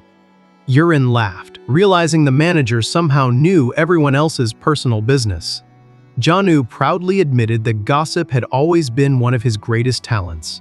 A receptionist soon returned with the enrollment documents. After thanking them for waiting, the employee asked whether Janu intended to recommend Wolfgang for the Academy's Industrial Scholarship Program. The manager smiled and immediately confirmed it. Then, taking advantage of the opportunity, he requested a complete waiver of both the admission fee and the first semester's tuition. Yurin couldn't help being impressed. She joked that Janu clearly preferred saving his own money instead of spending it on Wolfgang. The employee asked for a few additional documents before inviting Janu inside to complete the paperwork. While waiting alone, Yurin wandered back toward the Hall of Fame. She stopped once again in front of Jin Sang's portrait. The mystery surrounding the disappearance of such a gifted hunter still bothered her. Why would someone with such a brilliant future simply vanish? Meanwhile, inside the reception area, the employee asked a blue-haired young man waiting on a nearby sofa to remain seated while his documents were prepared. As Janu entered the office, he casually glanced toward the waiting student. Something about the young man's face felt strangely familiar. He looked again, his eyes widened. Pointing toward the student with a trembling finger, Janu shouted the name he never expected to say again. Jin Sung. The legendary hunter everyone believed had disappeared, was sitting quietly inside the Hunter Academy. Far from the academy courtyard, Yurin continued thinking about Jin Sung. He had once belonged to one of the country's most powerful conglomerate families and was widely regarded as a genius among hunters. Yet despite his incredible talent, he had suddenly vanished without a trace. As she stared at his portrait once more, she noticed something strangely familiar about it, but couldn't quite figure out why. Meanwhile, inside the academy building, the blue-haired student walked down the hallway with an irritated expression. He muttered to himself, complaining that he never wanted to join this class in the first place. Unfortunately, he had no choice. Stopping in front of the classroom, he sighed after seeing the sign that read, Demon Hunter Class. Before he could complain any further, Professor Kim Song-chul suddenly appeared behind him. The unexpected greeting nearly made the student jump. The professor introduced himself with a friendly smile and confirmed that the young man was Jin Woo, the newest student enrolled in the special course. Curious, the professor asked why he seemed so unhappy. Jin Woo rolled his eyes and complained that demon hunters were nothing more than a bunch of people running around sniffing monsters. The professor simply laughed. He explained that demon hunters always face danger before everyone else, making their job far more difficult than that of ordinary hunters. Just then, another student approached. Wolfgang. The moment Jin Woo saw him, his expression changed completely. He immediately recognized the Barbarian from the shopping mall. Pointing at Wolfgang with an angry finger, Jin Woo shouted that this was the man responsible for all the trouble he had gone through. Without hesitation, he charged forward and threw a punch. Wolfgang casually caught the attack with one hand. Then, with almost no effort at all, he flipped Jin Woo onto the ground and pinned him there. While restraining him, Wolfgang noticed a strange dark mark on the young man's arm. Believing another ambush had been arranged, he asked whether the Holy Star Guild had sent him. Jin Woo only became even more furious. He demanded to be released and insisted Wolfgang was talking nonsense. Before the situation could escalate any further, golden energy suddenly surrounded the two students. Professor Kim Song-chul had stepped between them. The glowing power forced Jin Woo to cry out in pain as the professor calmly separated the fight. Wolfgang looked at him in confusion, asking why he had interfered. The professor simply smiled. He reminded both students that fighting inside the academy could easily result in expulsion. However, since they clearly had unfinished business, he proposed something much more appropriate: an official supervised duel. Elsewhere outside the academy, Janu finally caught up with Jin Sang. He greeted his former classmate and asked how he had been. Jin Sang answered with a cold expression. Janu casually asked whether his guild was still searching for that mysterious power. Instead of answering directly, Jin Sang gave him one final warning. He advised Janu to abandon that investigation immediately. Then he glanced at the relic hanging from Janu's neck and mocked him for still carrying such a useless insignia when he could barely use its power. Janu smiled. He admitted the relic wasn't very useful most of the time, but it worked surprisingly well against hunters who had made contracts with demons. Jin Sang showed no interest in continuing the conversation. He simply suggested that they avoid meeting each other again before walking away. Watching from a distance, Yurin couldn't help wondering whether the man she had just seen was really the legendary Jin Sang. Back inside the academy, Professor Kim Song-chul explained the rules of the duel. Demon hunters relied heavily on constellation power to locate and fight demons, so mastering that energy was essential. Today's match would test their ability to use it properly. Wolfgang frowned. He asked what would happen if someone fought without relying on constellation power. The professor warned that refusing to follow academy rules could result in expulsion or reassignment to another class. Jin Woo immediately mocked him. He couldn't believe someone had enrolled in the Demon Hunter course without even knowing its most basic rules. Wolfgang ignored the insult and asked one final question. Did every part of the test absolutely require constellation power? After thinking for a moment, the professor smiled. Since this was only a practice match, he would allow other methods as long as there was no direct physical contact. Minor injuries were acceptable. Trying to kill or permanently injure an opponent was not. Satisfied with the answer, Wolfgang quietly nodded. The professor then turned toward Jin Woo and asked whether he had any questions before the duel began. Instead of replying, the young hunter smiled confidently. A powerful purple aura surrounded his body. He admitted he couldn't wait to smash Wolfgang's face. Raising one hand toward a nearby cart, he infused a tennis ball with magical energy. The small ball began floating in the air before transforming into a blazing fireball. With a flick of his hand, Jin Woo launched it straight at Wolfgang. The explosion covered the barbarian in smoke. Jin Woo laughed proudly and asked whether Wolfgang liked his imitation of a real fireball. When the smoke cleared, Wolfgang calmly looked down at his burned clothes. He sighed. The attack hadn't hurt him, it had only ruined his outfit. Jin Woo mocked him again, telling him to surrender if that bothered him so much. Wolfgang tried speaking to the professor, but Jin Woo accused him of stalling for time. The barbarian finally lost his patience. Looking directly at his opponent, he calmly made an offer. He would give Jin Woo exactly 1 minute, 1 full minute to use every attack he had. After that, the fight would be over. Meanwhile, Janu finished signing the scholarship documents and received official approval for Wolfgang's complete tuition exemption. He thanked the academy staff before leaving with Yurin. As they walked down the long mountain staircase, Yurin finally asked the question that had been bothering her. She wanted to know what had really happened between Janu and Jin Sang. The manager smiled faintly. He explained that their relationship was somewhere between friendship and rivalry. There was admiration. There was resentment. And after all these years, neither feeling had disappeared. Yurin quietly observed that, despite everything, it never felt like the two of them truly hated each other. Before Janu could answer, she suddenly took off running back toward the academy. Watching her disappear into the distance, the manager silently reflected on her words. Perhaps, their relationship had never been built on hatred in the first place. Jin Woo smirked as another flaming ball floated above his hand. He mocked Wolfgang, claiming that his previous attack had only been a weak imitation of a real fireball. Unfazed, The barbarian stared at him with a serious expression. He calmly gave Jin Woo exactly 1 minute. 1 minute to use every technique he had without holding anything back. Jin Woo accepted the challenge. A barrage of flaming explosions erupted across the training grounds, each blast larger than the last. Even Professor Kim Song-chul was caught off guard by the sheer scale of the attack. The explosions tore through the courtyard, forcing the professor to release his own golden energy to contain the destruction before it spread across the academy. Furious, he shouted at Jin Woo for ignoring his warning about using excessive force. Jin Woo yelled back that Wolfgang had already ruined his life once by destroying his constellation contract, so he didn't care anymore. The professor quickly dispersed the smoke, worried that the new student might have been seriously injured. As the dust slowly cleared, a familiar silhouette stood perfectly still at the center of the ruined courtyard. Wolfgang was completely unharmed. His only complaint, his clothes had been burned to ashes. Looking down at what remained of his outfit, he sighed. Modern clothes were far too fragile. He casually extended one hand as mysterious blue energy gathered around it. Moments later, attendants hurried onto the field carrying a fresh set of clothes along with Fenrir's wolf pelt. Wolfgang calmly changed into his new outfit as if nothing had happened.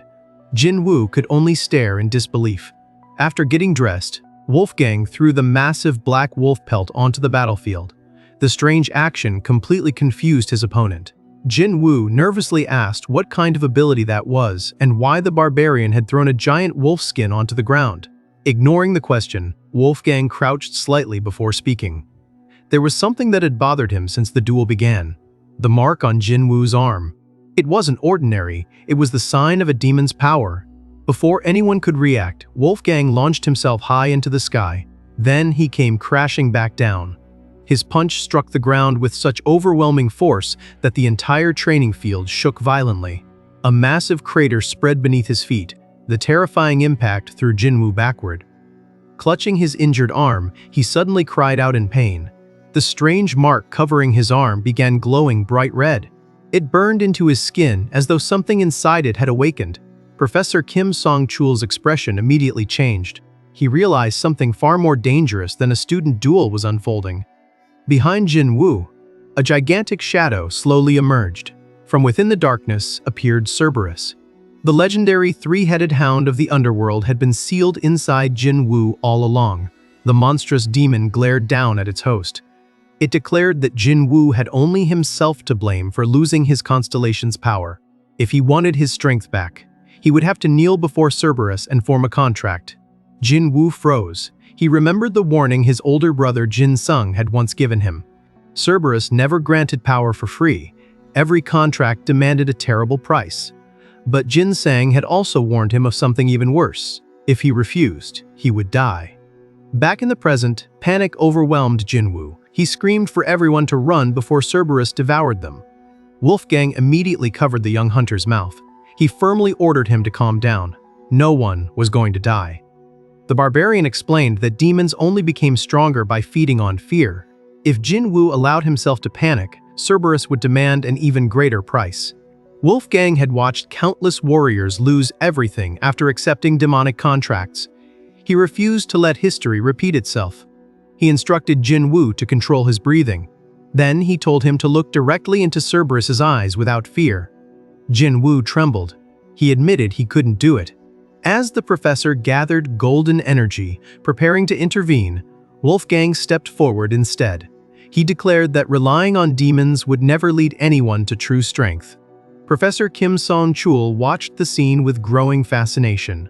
These two students were unlike anyone he had ever taught. At that moment, an overwhelming blue aura erupted from the wolf pelt lying on the battlefield. The crushing pressure instantly silenced everyone present. A colossal spirit slowly emerged. Fenrir, the legendary giant wolf, appeared before them once again. The ancient beast calmly remarked that it had sensed the changing winds and answered Wolfgang's call. Wolfgang greeted his old companion with a smile. He jokingly asked whether Fenrir's fangs had grown dull after sleeping for so many centuries. Fenrir glanced toward Cerberus. The three-headed demon was trembling. It had completely lost the will to fight. The giant wolf sighed. After being summoned for the first time in 1,000 years, its opponent had already surrendered. Wolfgang explained that he hadn't called Fenrir merely to scare away a frightened demon. He wanted to announce something. The demons still existed in this new era. Fenrir quietly reflected on the 1,000 years that had passed. He noticed that despite everything, Wolfgang still carried the weight of the past on his shoulders. The ancient wolf told his old friend to deal with Cerberus himself. Meanwhile, Fenrir would gather their scattered allies and spread the news that the barbarian king had returned. Jin Woo stared at the legendary wolf in complete disbelief. Unable to process what he had just witnessed, he slapped his own face to make sure he wasn't dreaming. Elsewhere, Yurin finally reached the academy parking area after rushing back as fast as she could. She complained that all the paperwork had ruined her entire schedule and urged Johnny to hurry, instead of answering. The manager silently pointed toward the sky. A gigantic sword was flying overhead. The enormous blade spun through the air as it raced toward the academy. Janu narrowed his eyes. The weapon looked strangely familiar. On the training field, Wolfgang looked up and smiled. My sword finally decided to show up. Then he added with a hint of sarcasm, "It sure took its time." Moments later, the colossal blade crashed down from the sky, with a deafening impact. It buried itself deep into the ground before the terrified Cerberus. Inside the professor's office, Professor Kim Song-chul explained that making contracts with demons wasn't actually illegal.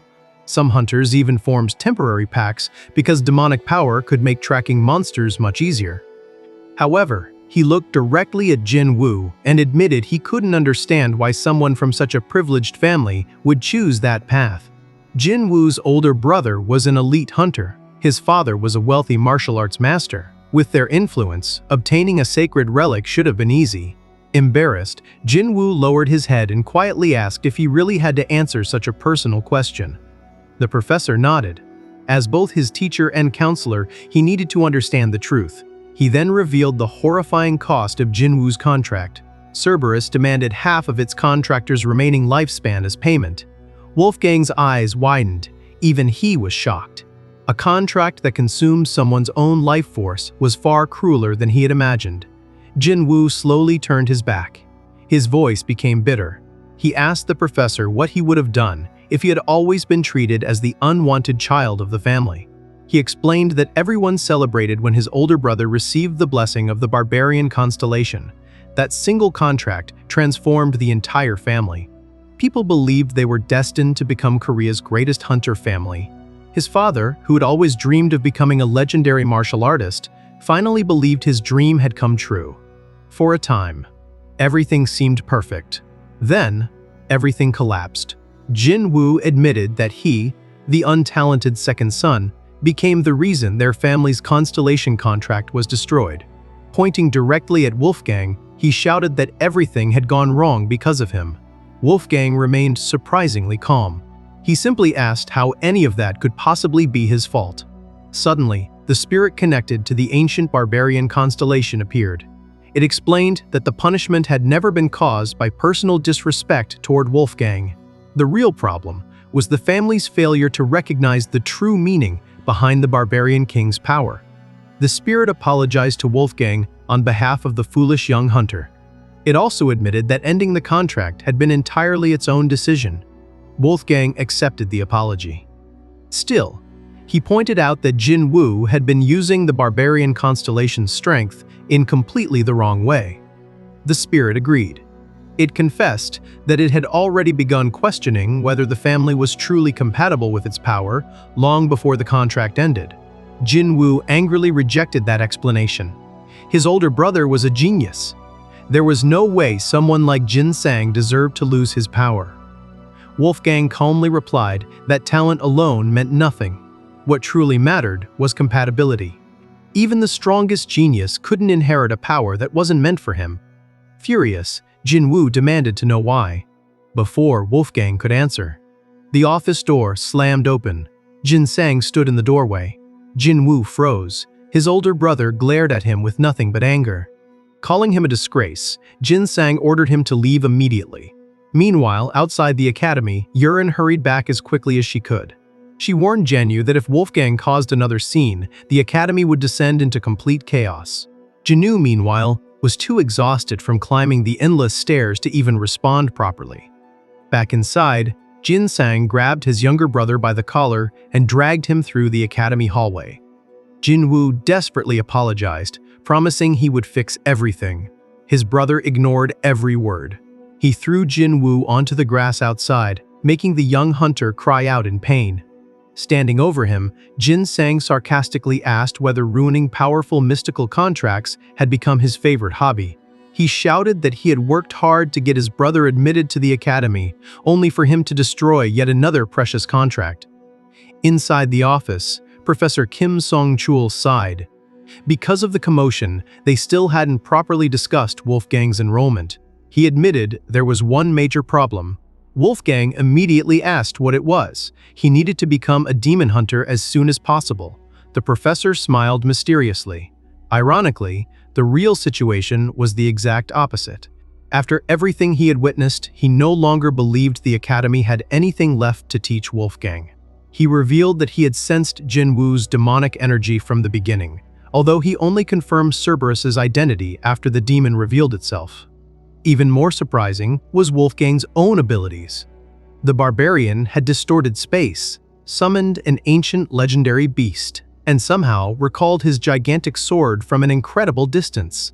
Smiling, the professor admitted he had never met anyone capable of mastering so many extraordinary abilities at once. He suggested that Wolfgang skip the normal curriculum altogether and immediately challenge the promotion examination instead.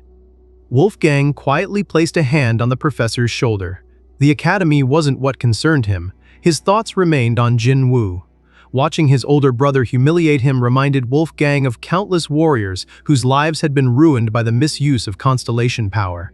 Outside, Yurin finally caught up and rushed between the brothers. She angrily demanded to know why an elite hunter was publicly attacking his own family. Jin Sang coldly ordered her to stay out of it. Jianu also stepped in, grabbing his former classmate and telling him to calm down before he seriously injured his younger brother. Jin Sang snapped back that nobody understood the situation. Before the argument could continue, a loud slap echoed across the courtyard. Everyone froze. Wolfgang had calmly slapped Jin Sang across the face. The entire courtyard fell silent. Without changing his expression, the barbarian grabbed Jin Sang's wrist and reminded him that hunters were forbidden from fighting outside dungeons unless they wanted to be expelled. At that moment, Professor Kim Song-chul appeared behind them. His smile had disappeared. With a calm but intimidating voice, he reminded Jin Sang that he had dragged one of his students away without permission, if he wanted to fight. The professor had no problem arranging an official duel. Jin Sang looked genuinely surprised.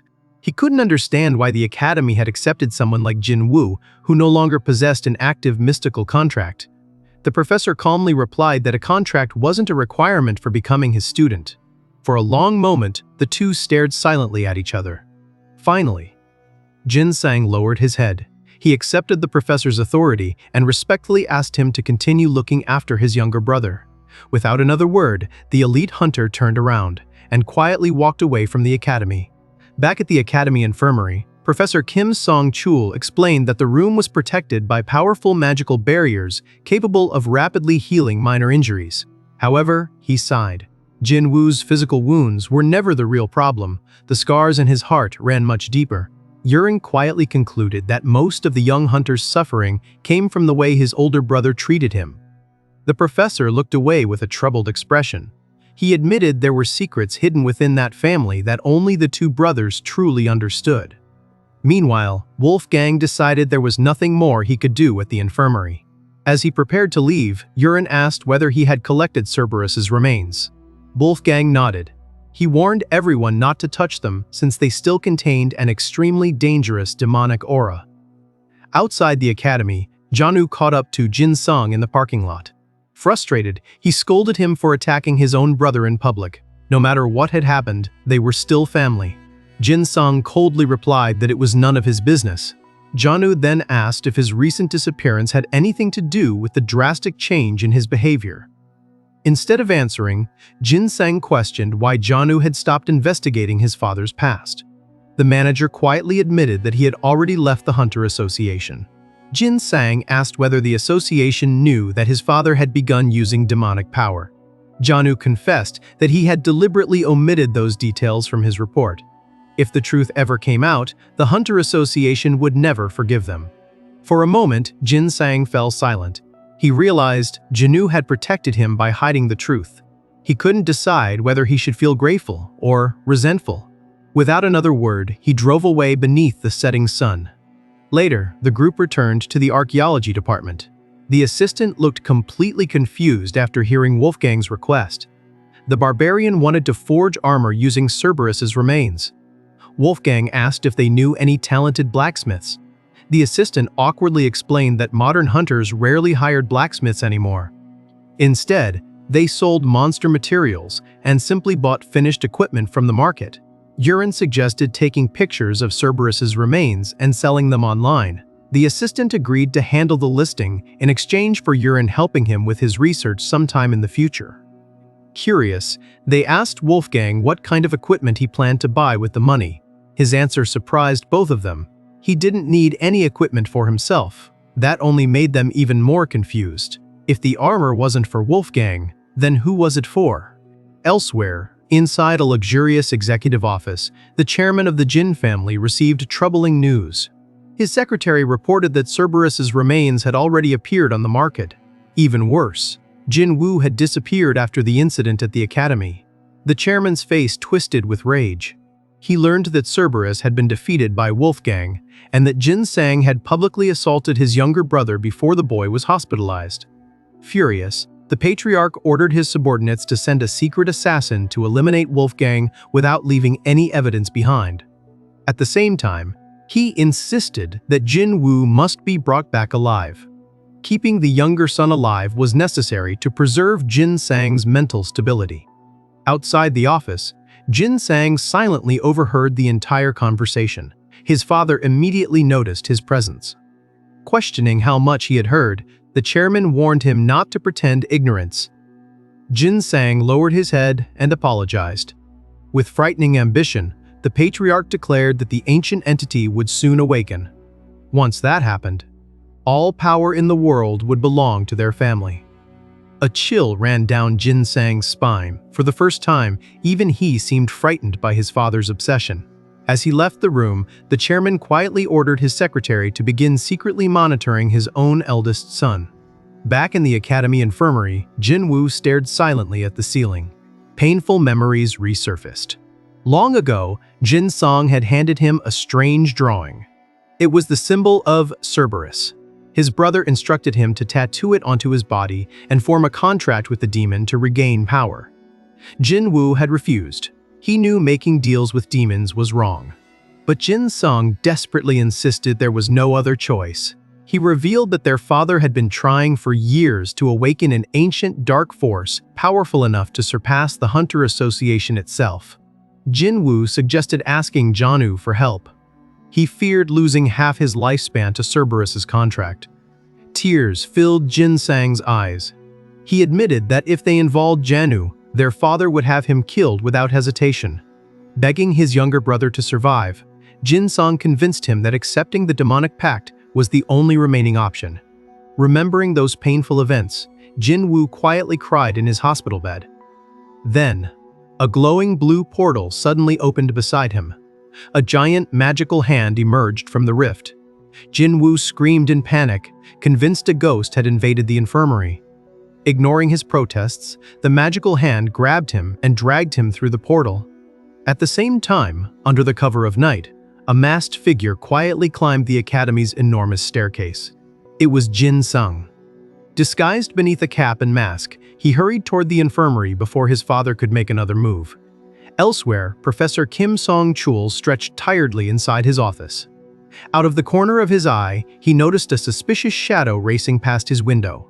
His instincts immediately told him something was wrong. Jin Sang carefully entered the infirmary and pulled back the curtain surrounding the hospital bed. It was empty. His younger brother had vanished. Before he could react, golden energy surrounded his body and lifted him into the air. Professor Kim Song-chul stepped into the room. Calmly revealing that he had expected this, the professor ordered Jin Sang to come with him quietly unless he wanted to create an even bigger scandal. Meanwhile, in another room, Jinwoo shrank backward in fear as Wolfgang approached him. The barbarian made a shocking announcement. from this day forward. Jin Woo would become his very first subordinate. Then, Wolfgang calmly told him to remove his clothes so he could take measurements, leaving the terrified young hunter completely speechless. Wolfgang explained that he intended to give him a chance to earn a new contract with the descendant of the Barbarian constellation instead of relying on demonic power. Hope instantly returned to Jin Woo's eyes. He asked if such a miracle was really possible. Wolfgang admitted he couldn't promise anything. But if Jin Woo proved himself worthy as a true warrior, there would be a reason for the constellation to accept him again. Unable to hold back his emotions, Jin Woo fell to his knees. With tears in his eyes, he begged Wolfgang to teach him how to become a worthy warrior. Wolfgang nodded solemnly. He declared that from this moment onward, Jin Woo would be reborn as the world's strongest shield warrior. Jin Woo blinked in confusion. A shield warrior? That definitely wasn't the answer he had been expecting. After taking Jin Woo's measurements, the archaeology assistant confirmed that everything needed to craft his equipment had been recorded. Wolfgang gave one final instruction. The only thing that truly mattered was a large, durable shield built specifically for Jin Woo's size. Everything else was secondary. The assistant happily announced that Cerberus's remains had already attracted a buyer, meaning they finally had enough money to purchase the shield. Rather than ordering it immediately, Wolfgang insisted on inspecting the equipment himself before making a decision. Yurin was caught off guard. He wanted to go shopping right now.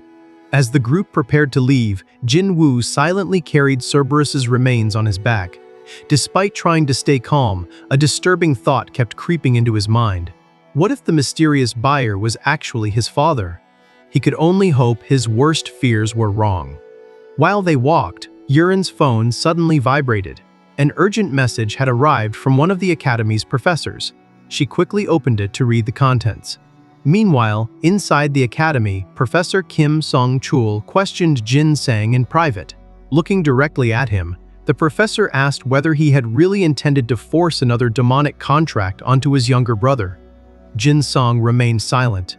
Seeing his hesitation, the professor sighed and admitted that perhaps silence was the answer itself. He even offered to help the brothers escape their current situation. But Jin Sang immediately refused. He warned the professor that becoming involved would place even someone as powerful as him in danger. Moments later, the professor checked the message, confirming that Jin Woo was safely with the archaeology team. His expression immediately changed. He coldly announced that he would no longer accept Jin Woo as a student. Jin Sang was stunned. The professor had promised to protect his brother. Demanding an explanation, Jin Sang questioned why he was suddenly changing his mind. The professor answered sternly. A demon hunter had to be prepared for the worst. How could he trust someone who intended to use the academy as a hiding place? If Jin Woo stayed there, the academy itself could become a refuge from enemies they refused to explain. If they wanted his help, he wanted the complete truth. After a long silence, Jin Sang finally sat down. He confessed everything. Although his father was one of the country's greatest martial artists, he had never been chosen by a constellation. Despite his enormous wealth, there was one thing money could never buy: divine power. When his family's constellation contract was lost, everything changed. Jin Sang even showed the professor an invitation that had been revoked after people learned he no longer possessed the blessing. His father couldn't accept such humiliation. Professor Kim Song-chul slowly pieced everything together. His eyes widened. The only explanation was that Jin Sang's father had turned to a colossal demon instead. Jin Sang nodded. The situation had spiraled completely out of control. Then he revealed the heartbreaking truth behind everything he had done. After the constellation contract disappeared, their father decided that Jin Woo had become worthless. He intended to eliminate his own younger son. That was why Jin Sang forced Cerberus's contract upon him, not to gain power, but to keep him alive. Even the brutal beating at the academy had been another desperate attempt to protect his brother before their father could do something far worse. Now their father had taken the next step. He had called in the infamous Cleaners, a secret organization of elite assassin hunters. Professor Kim Song-chul slammed his hand against the table. Even he was shocked. Jin Sang warned him that the organization was far too dangerous for anyone to challenge alone. He didn't care if everyone hated him. As long as Jin Woo survived, he was willing to shoulder every bit of blame. The professor leaned silently against the table. The situation had become far more serious than he had imagined. Jin Song lowered his head. If he had never lost his constellation, none of this would have happened. With tears in his eyes, he swore that no matter what anyone thought of him, he would never allow his father to take his younger brother. The next morning, life in the city returned to normal. Jin Woo arrived for his first training session, looking both nervous and exhausted. Janu greeted him with a massive metal shield, a gift from Wolfgang. The barbarian effortlessly tossed the enormous shield into the air before handing it over. According to him, it was the perfect weapon for a beginner. Jin Woo looked disappointed. He admitted he had hoped for something cooler, like a sword. Wolfgang immediately shut that idea down. Right now, Jin Woo wasn't strong enough to even scratch a demon.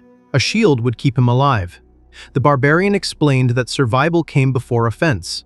Although Jin Woo disliked the answer, Wolfgang patiently continued teaching him. His punches already possessed respectable strength. The real problem was how he released his power. Instead of channeling his energy at the exact moment of impact, he wasted most of it. Had he learned proper control earlier, he never would have needed Cerberus's power in the first place. Holding the new shield in silence, Jin Woo carefully listened to every word. Elsewhere, inside the luxurious mansion of President Kim Tae-gwan, something far more sinister was unfolding. Deep beneath the estate, a hidden chamber housed an enormous ritual altar. Standing before it, the president sliced open his own hand. Ignoring the horrified expressions of his two loyal assistants, he let his blood drip onto the ancient magic circle below. He declared that the Hunter Association had become nothing more than an obstacle. Through darkness, he would become the strongest. As more blood soaked into the altar, the entire underground chamber began shaking. A massive crimson magic circle illuminated the room. The president called upon the Father of Darkness, offering his own life as the sacrifice. Outside, black clouds swallowed the sky above the mansion. His assistants watched with excitement, dreaming of the wealth and power that awaited them. Then, the sealed abyss answered. An explosion of pure darkness erupted from the altar. A gigantic claw slowly emerged from the portal. For the first time, fear appeared on the president's face. He realized the creature he had summoned was never meant to be controlled. The monstrous mass lunged forward. Before anyone could react, it completely engulfed him. The assistants stood frozen in horror as agonized screams echoed throughout the chamber. The mutation spread rapidly. Where the president had once stood, a colossal chained demon now towered over them. One assistant desperately called out to his employer. The response came instantly. A massive chain pierced straight through his companion's chest. The demon ripped her soul from her body with terrifying ease. Her lifeless body dangled from the chain before being thrown aside. The remaining assistant screamed in despair. The chained sovereign opened its enormous jaws and devoured the victim without mercy. As blood covered the chamber, the demon's crimson eyes glowed even brighter. It had recovered another portion of its strength. Deep within the monster's mind, the president's fading consciousness fought desperately for control. For one brief moment, he regained awareness. He silently begged for someone, anyone, to stop him, even if it meant calling his own son, even if it meant bringing every hunter in the country. Before his consciousness disappeared completely, he made one final desperate plea for someone to end the nightmare he had unleashed. Under the eerie glow of a blood moon, Jin Song stood beside Professor Kim Song-chul as they watched dark clouds spread across the city. The professor frowned. Such a sudden change in the sky could only mean one thing. Something catastrophic had begun. A heavy feeling tightened in Jin Song's chest. He immediately realized his father's ambition had finally crossed the point of no return. Just then, his phone rang. The family secretary called in complete panic. As Jin Song listened to the report, his face turned pale. His father had completed the forbidden ritual. Meanwhile, inside the Archaeology Hunter Association's basement, Wolfgang continued Jin Woo's training. The young hunter complained about using an old storage room instead of a proper training ground. Wolfgang ignored the complaint. He explained that Jin Woo's biggest weakness wasn't his strength. It was his mindset. Every time he fought, he became too emotional and lost his balance. That single mistake left countless openings for an opponent to exploit. Determined to improve, Jin Woo tightened his grip on the massive shield and lowered his stance exactly as Wolfgang instructed. The barbarian nodded in approval. Then he casually threw what he described as a light punch, the instant his fist struck the shield. A massive shockwave erupted through the basement. Urine instinctively covered her face, storage shelves exploded apart, wooden crates shattered into pieces. Papers flew everywhere as the entire room trembled from the impact. An intense flash of light swallowed the basement. When everything settled, Jin Woo remained standing. Barely. Panting heavily, he stared at Wolfgang in disbelief. "That was your idea of a light punch." Wolfgang simply cracked his knuckles and praised him for surviving the hit. Even after witnessing the destruction around them, the barbarian calmly told Jin Woo to remember that feeling. That was the kind of force he needed to prepare himself against. Watching from nearby, Yurin smiled. She commented that Wolfgang had become surprisingly serious as a teacher. The barbarian remembered how he had nearly destroyed the academy's testing machine during his own examination. Yurin could only laugh awkwardly. In the middle of training, Jin Woo's forgotten phone suddenly began vibrating non-stop. He quickly answered the call. Wolfgang immediately pointed out that his defensive posture had completely collapsed the moment he became distracted. Jin Woo barely heard the lecture. After listening to the voice on the other end, his face turned white. Without another word, he shouted in disbelief and sprinted out of the basement. Wolfgang and Yurin exchanged worried glances.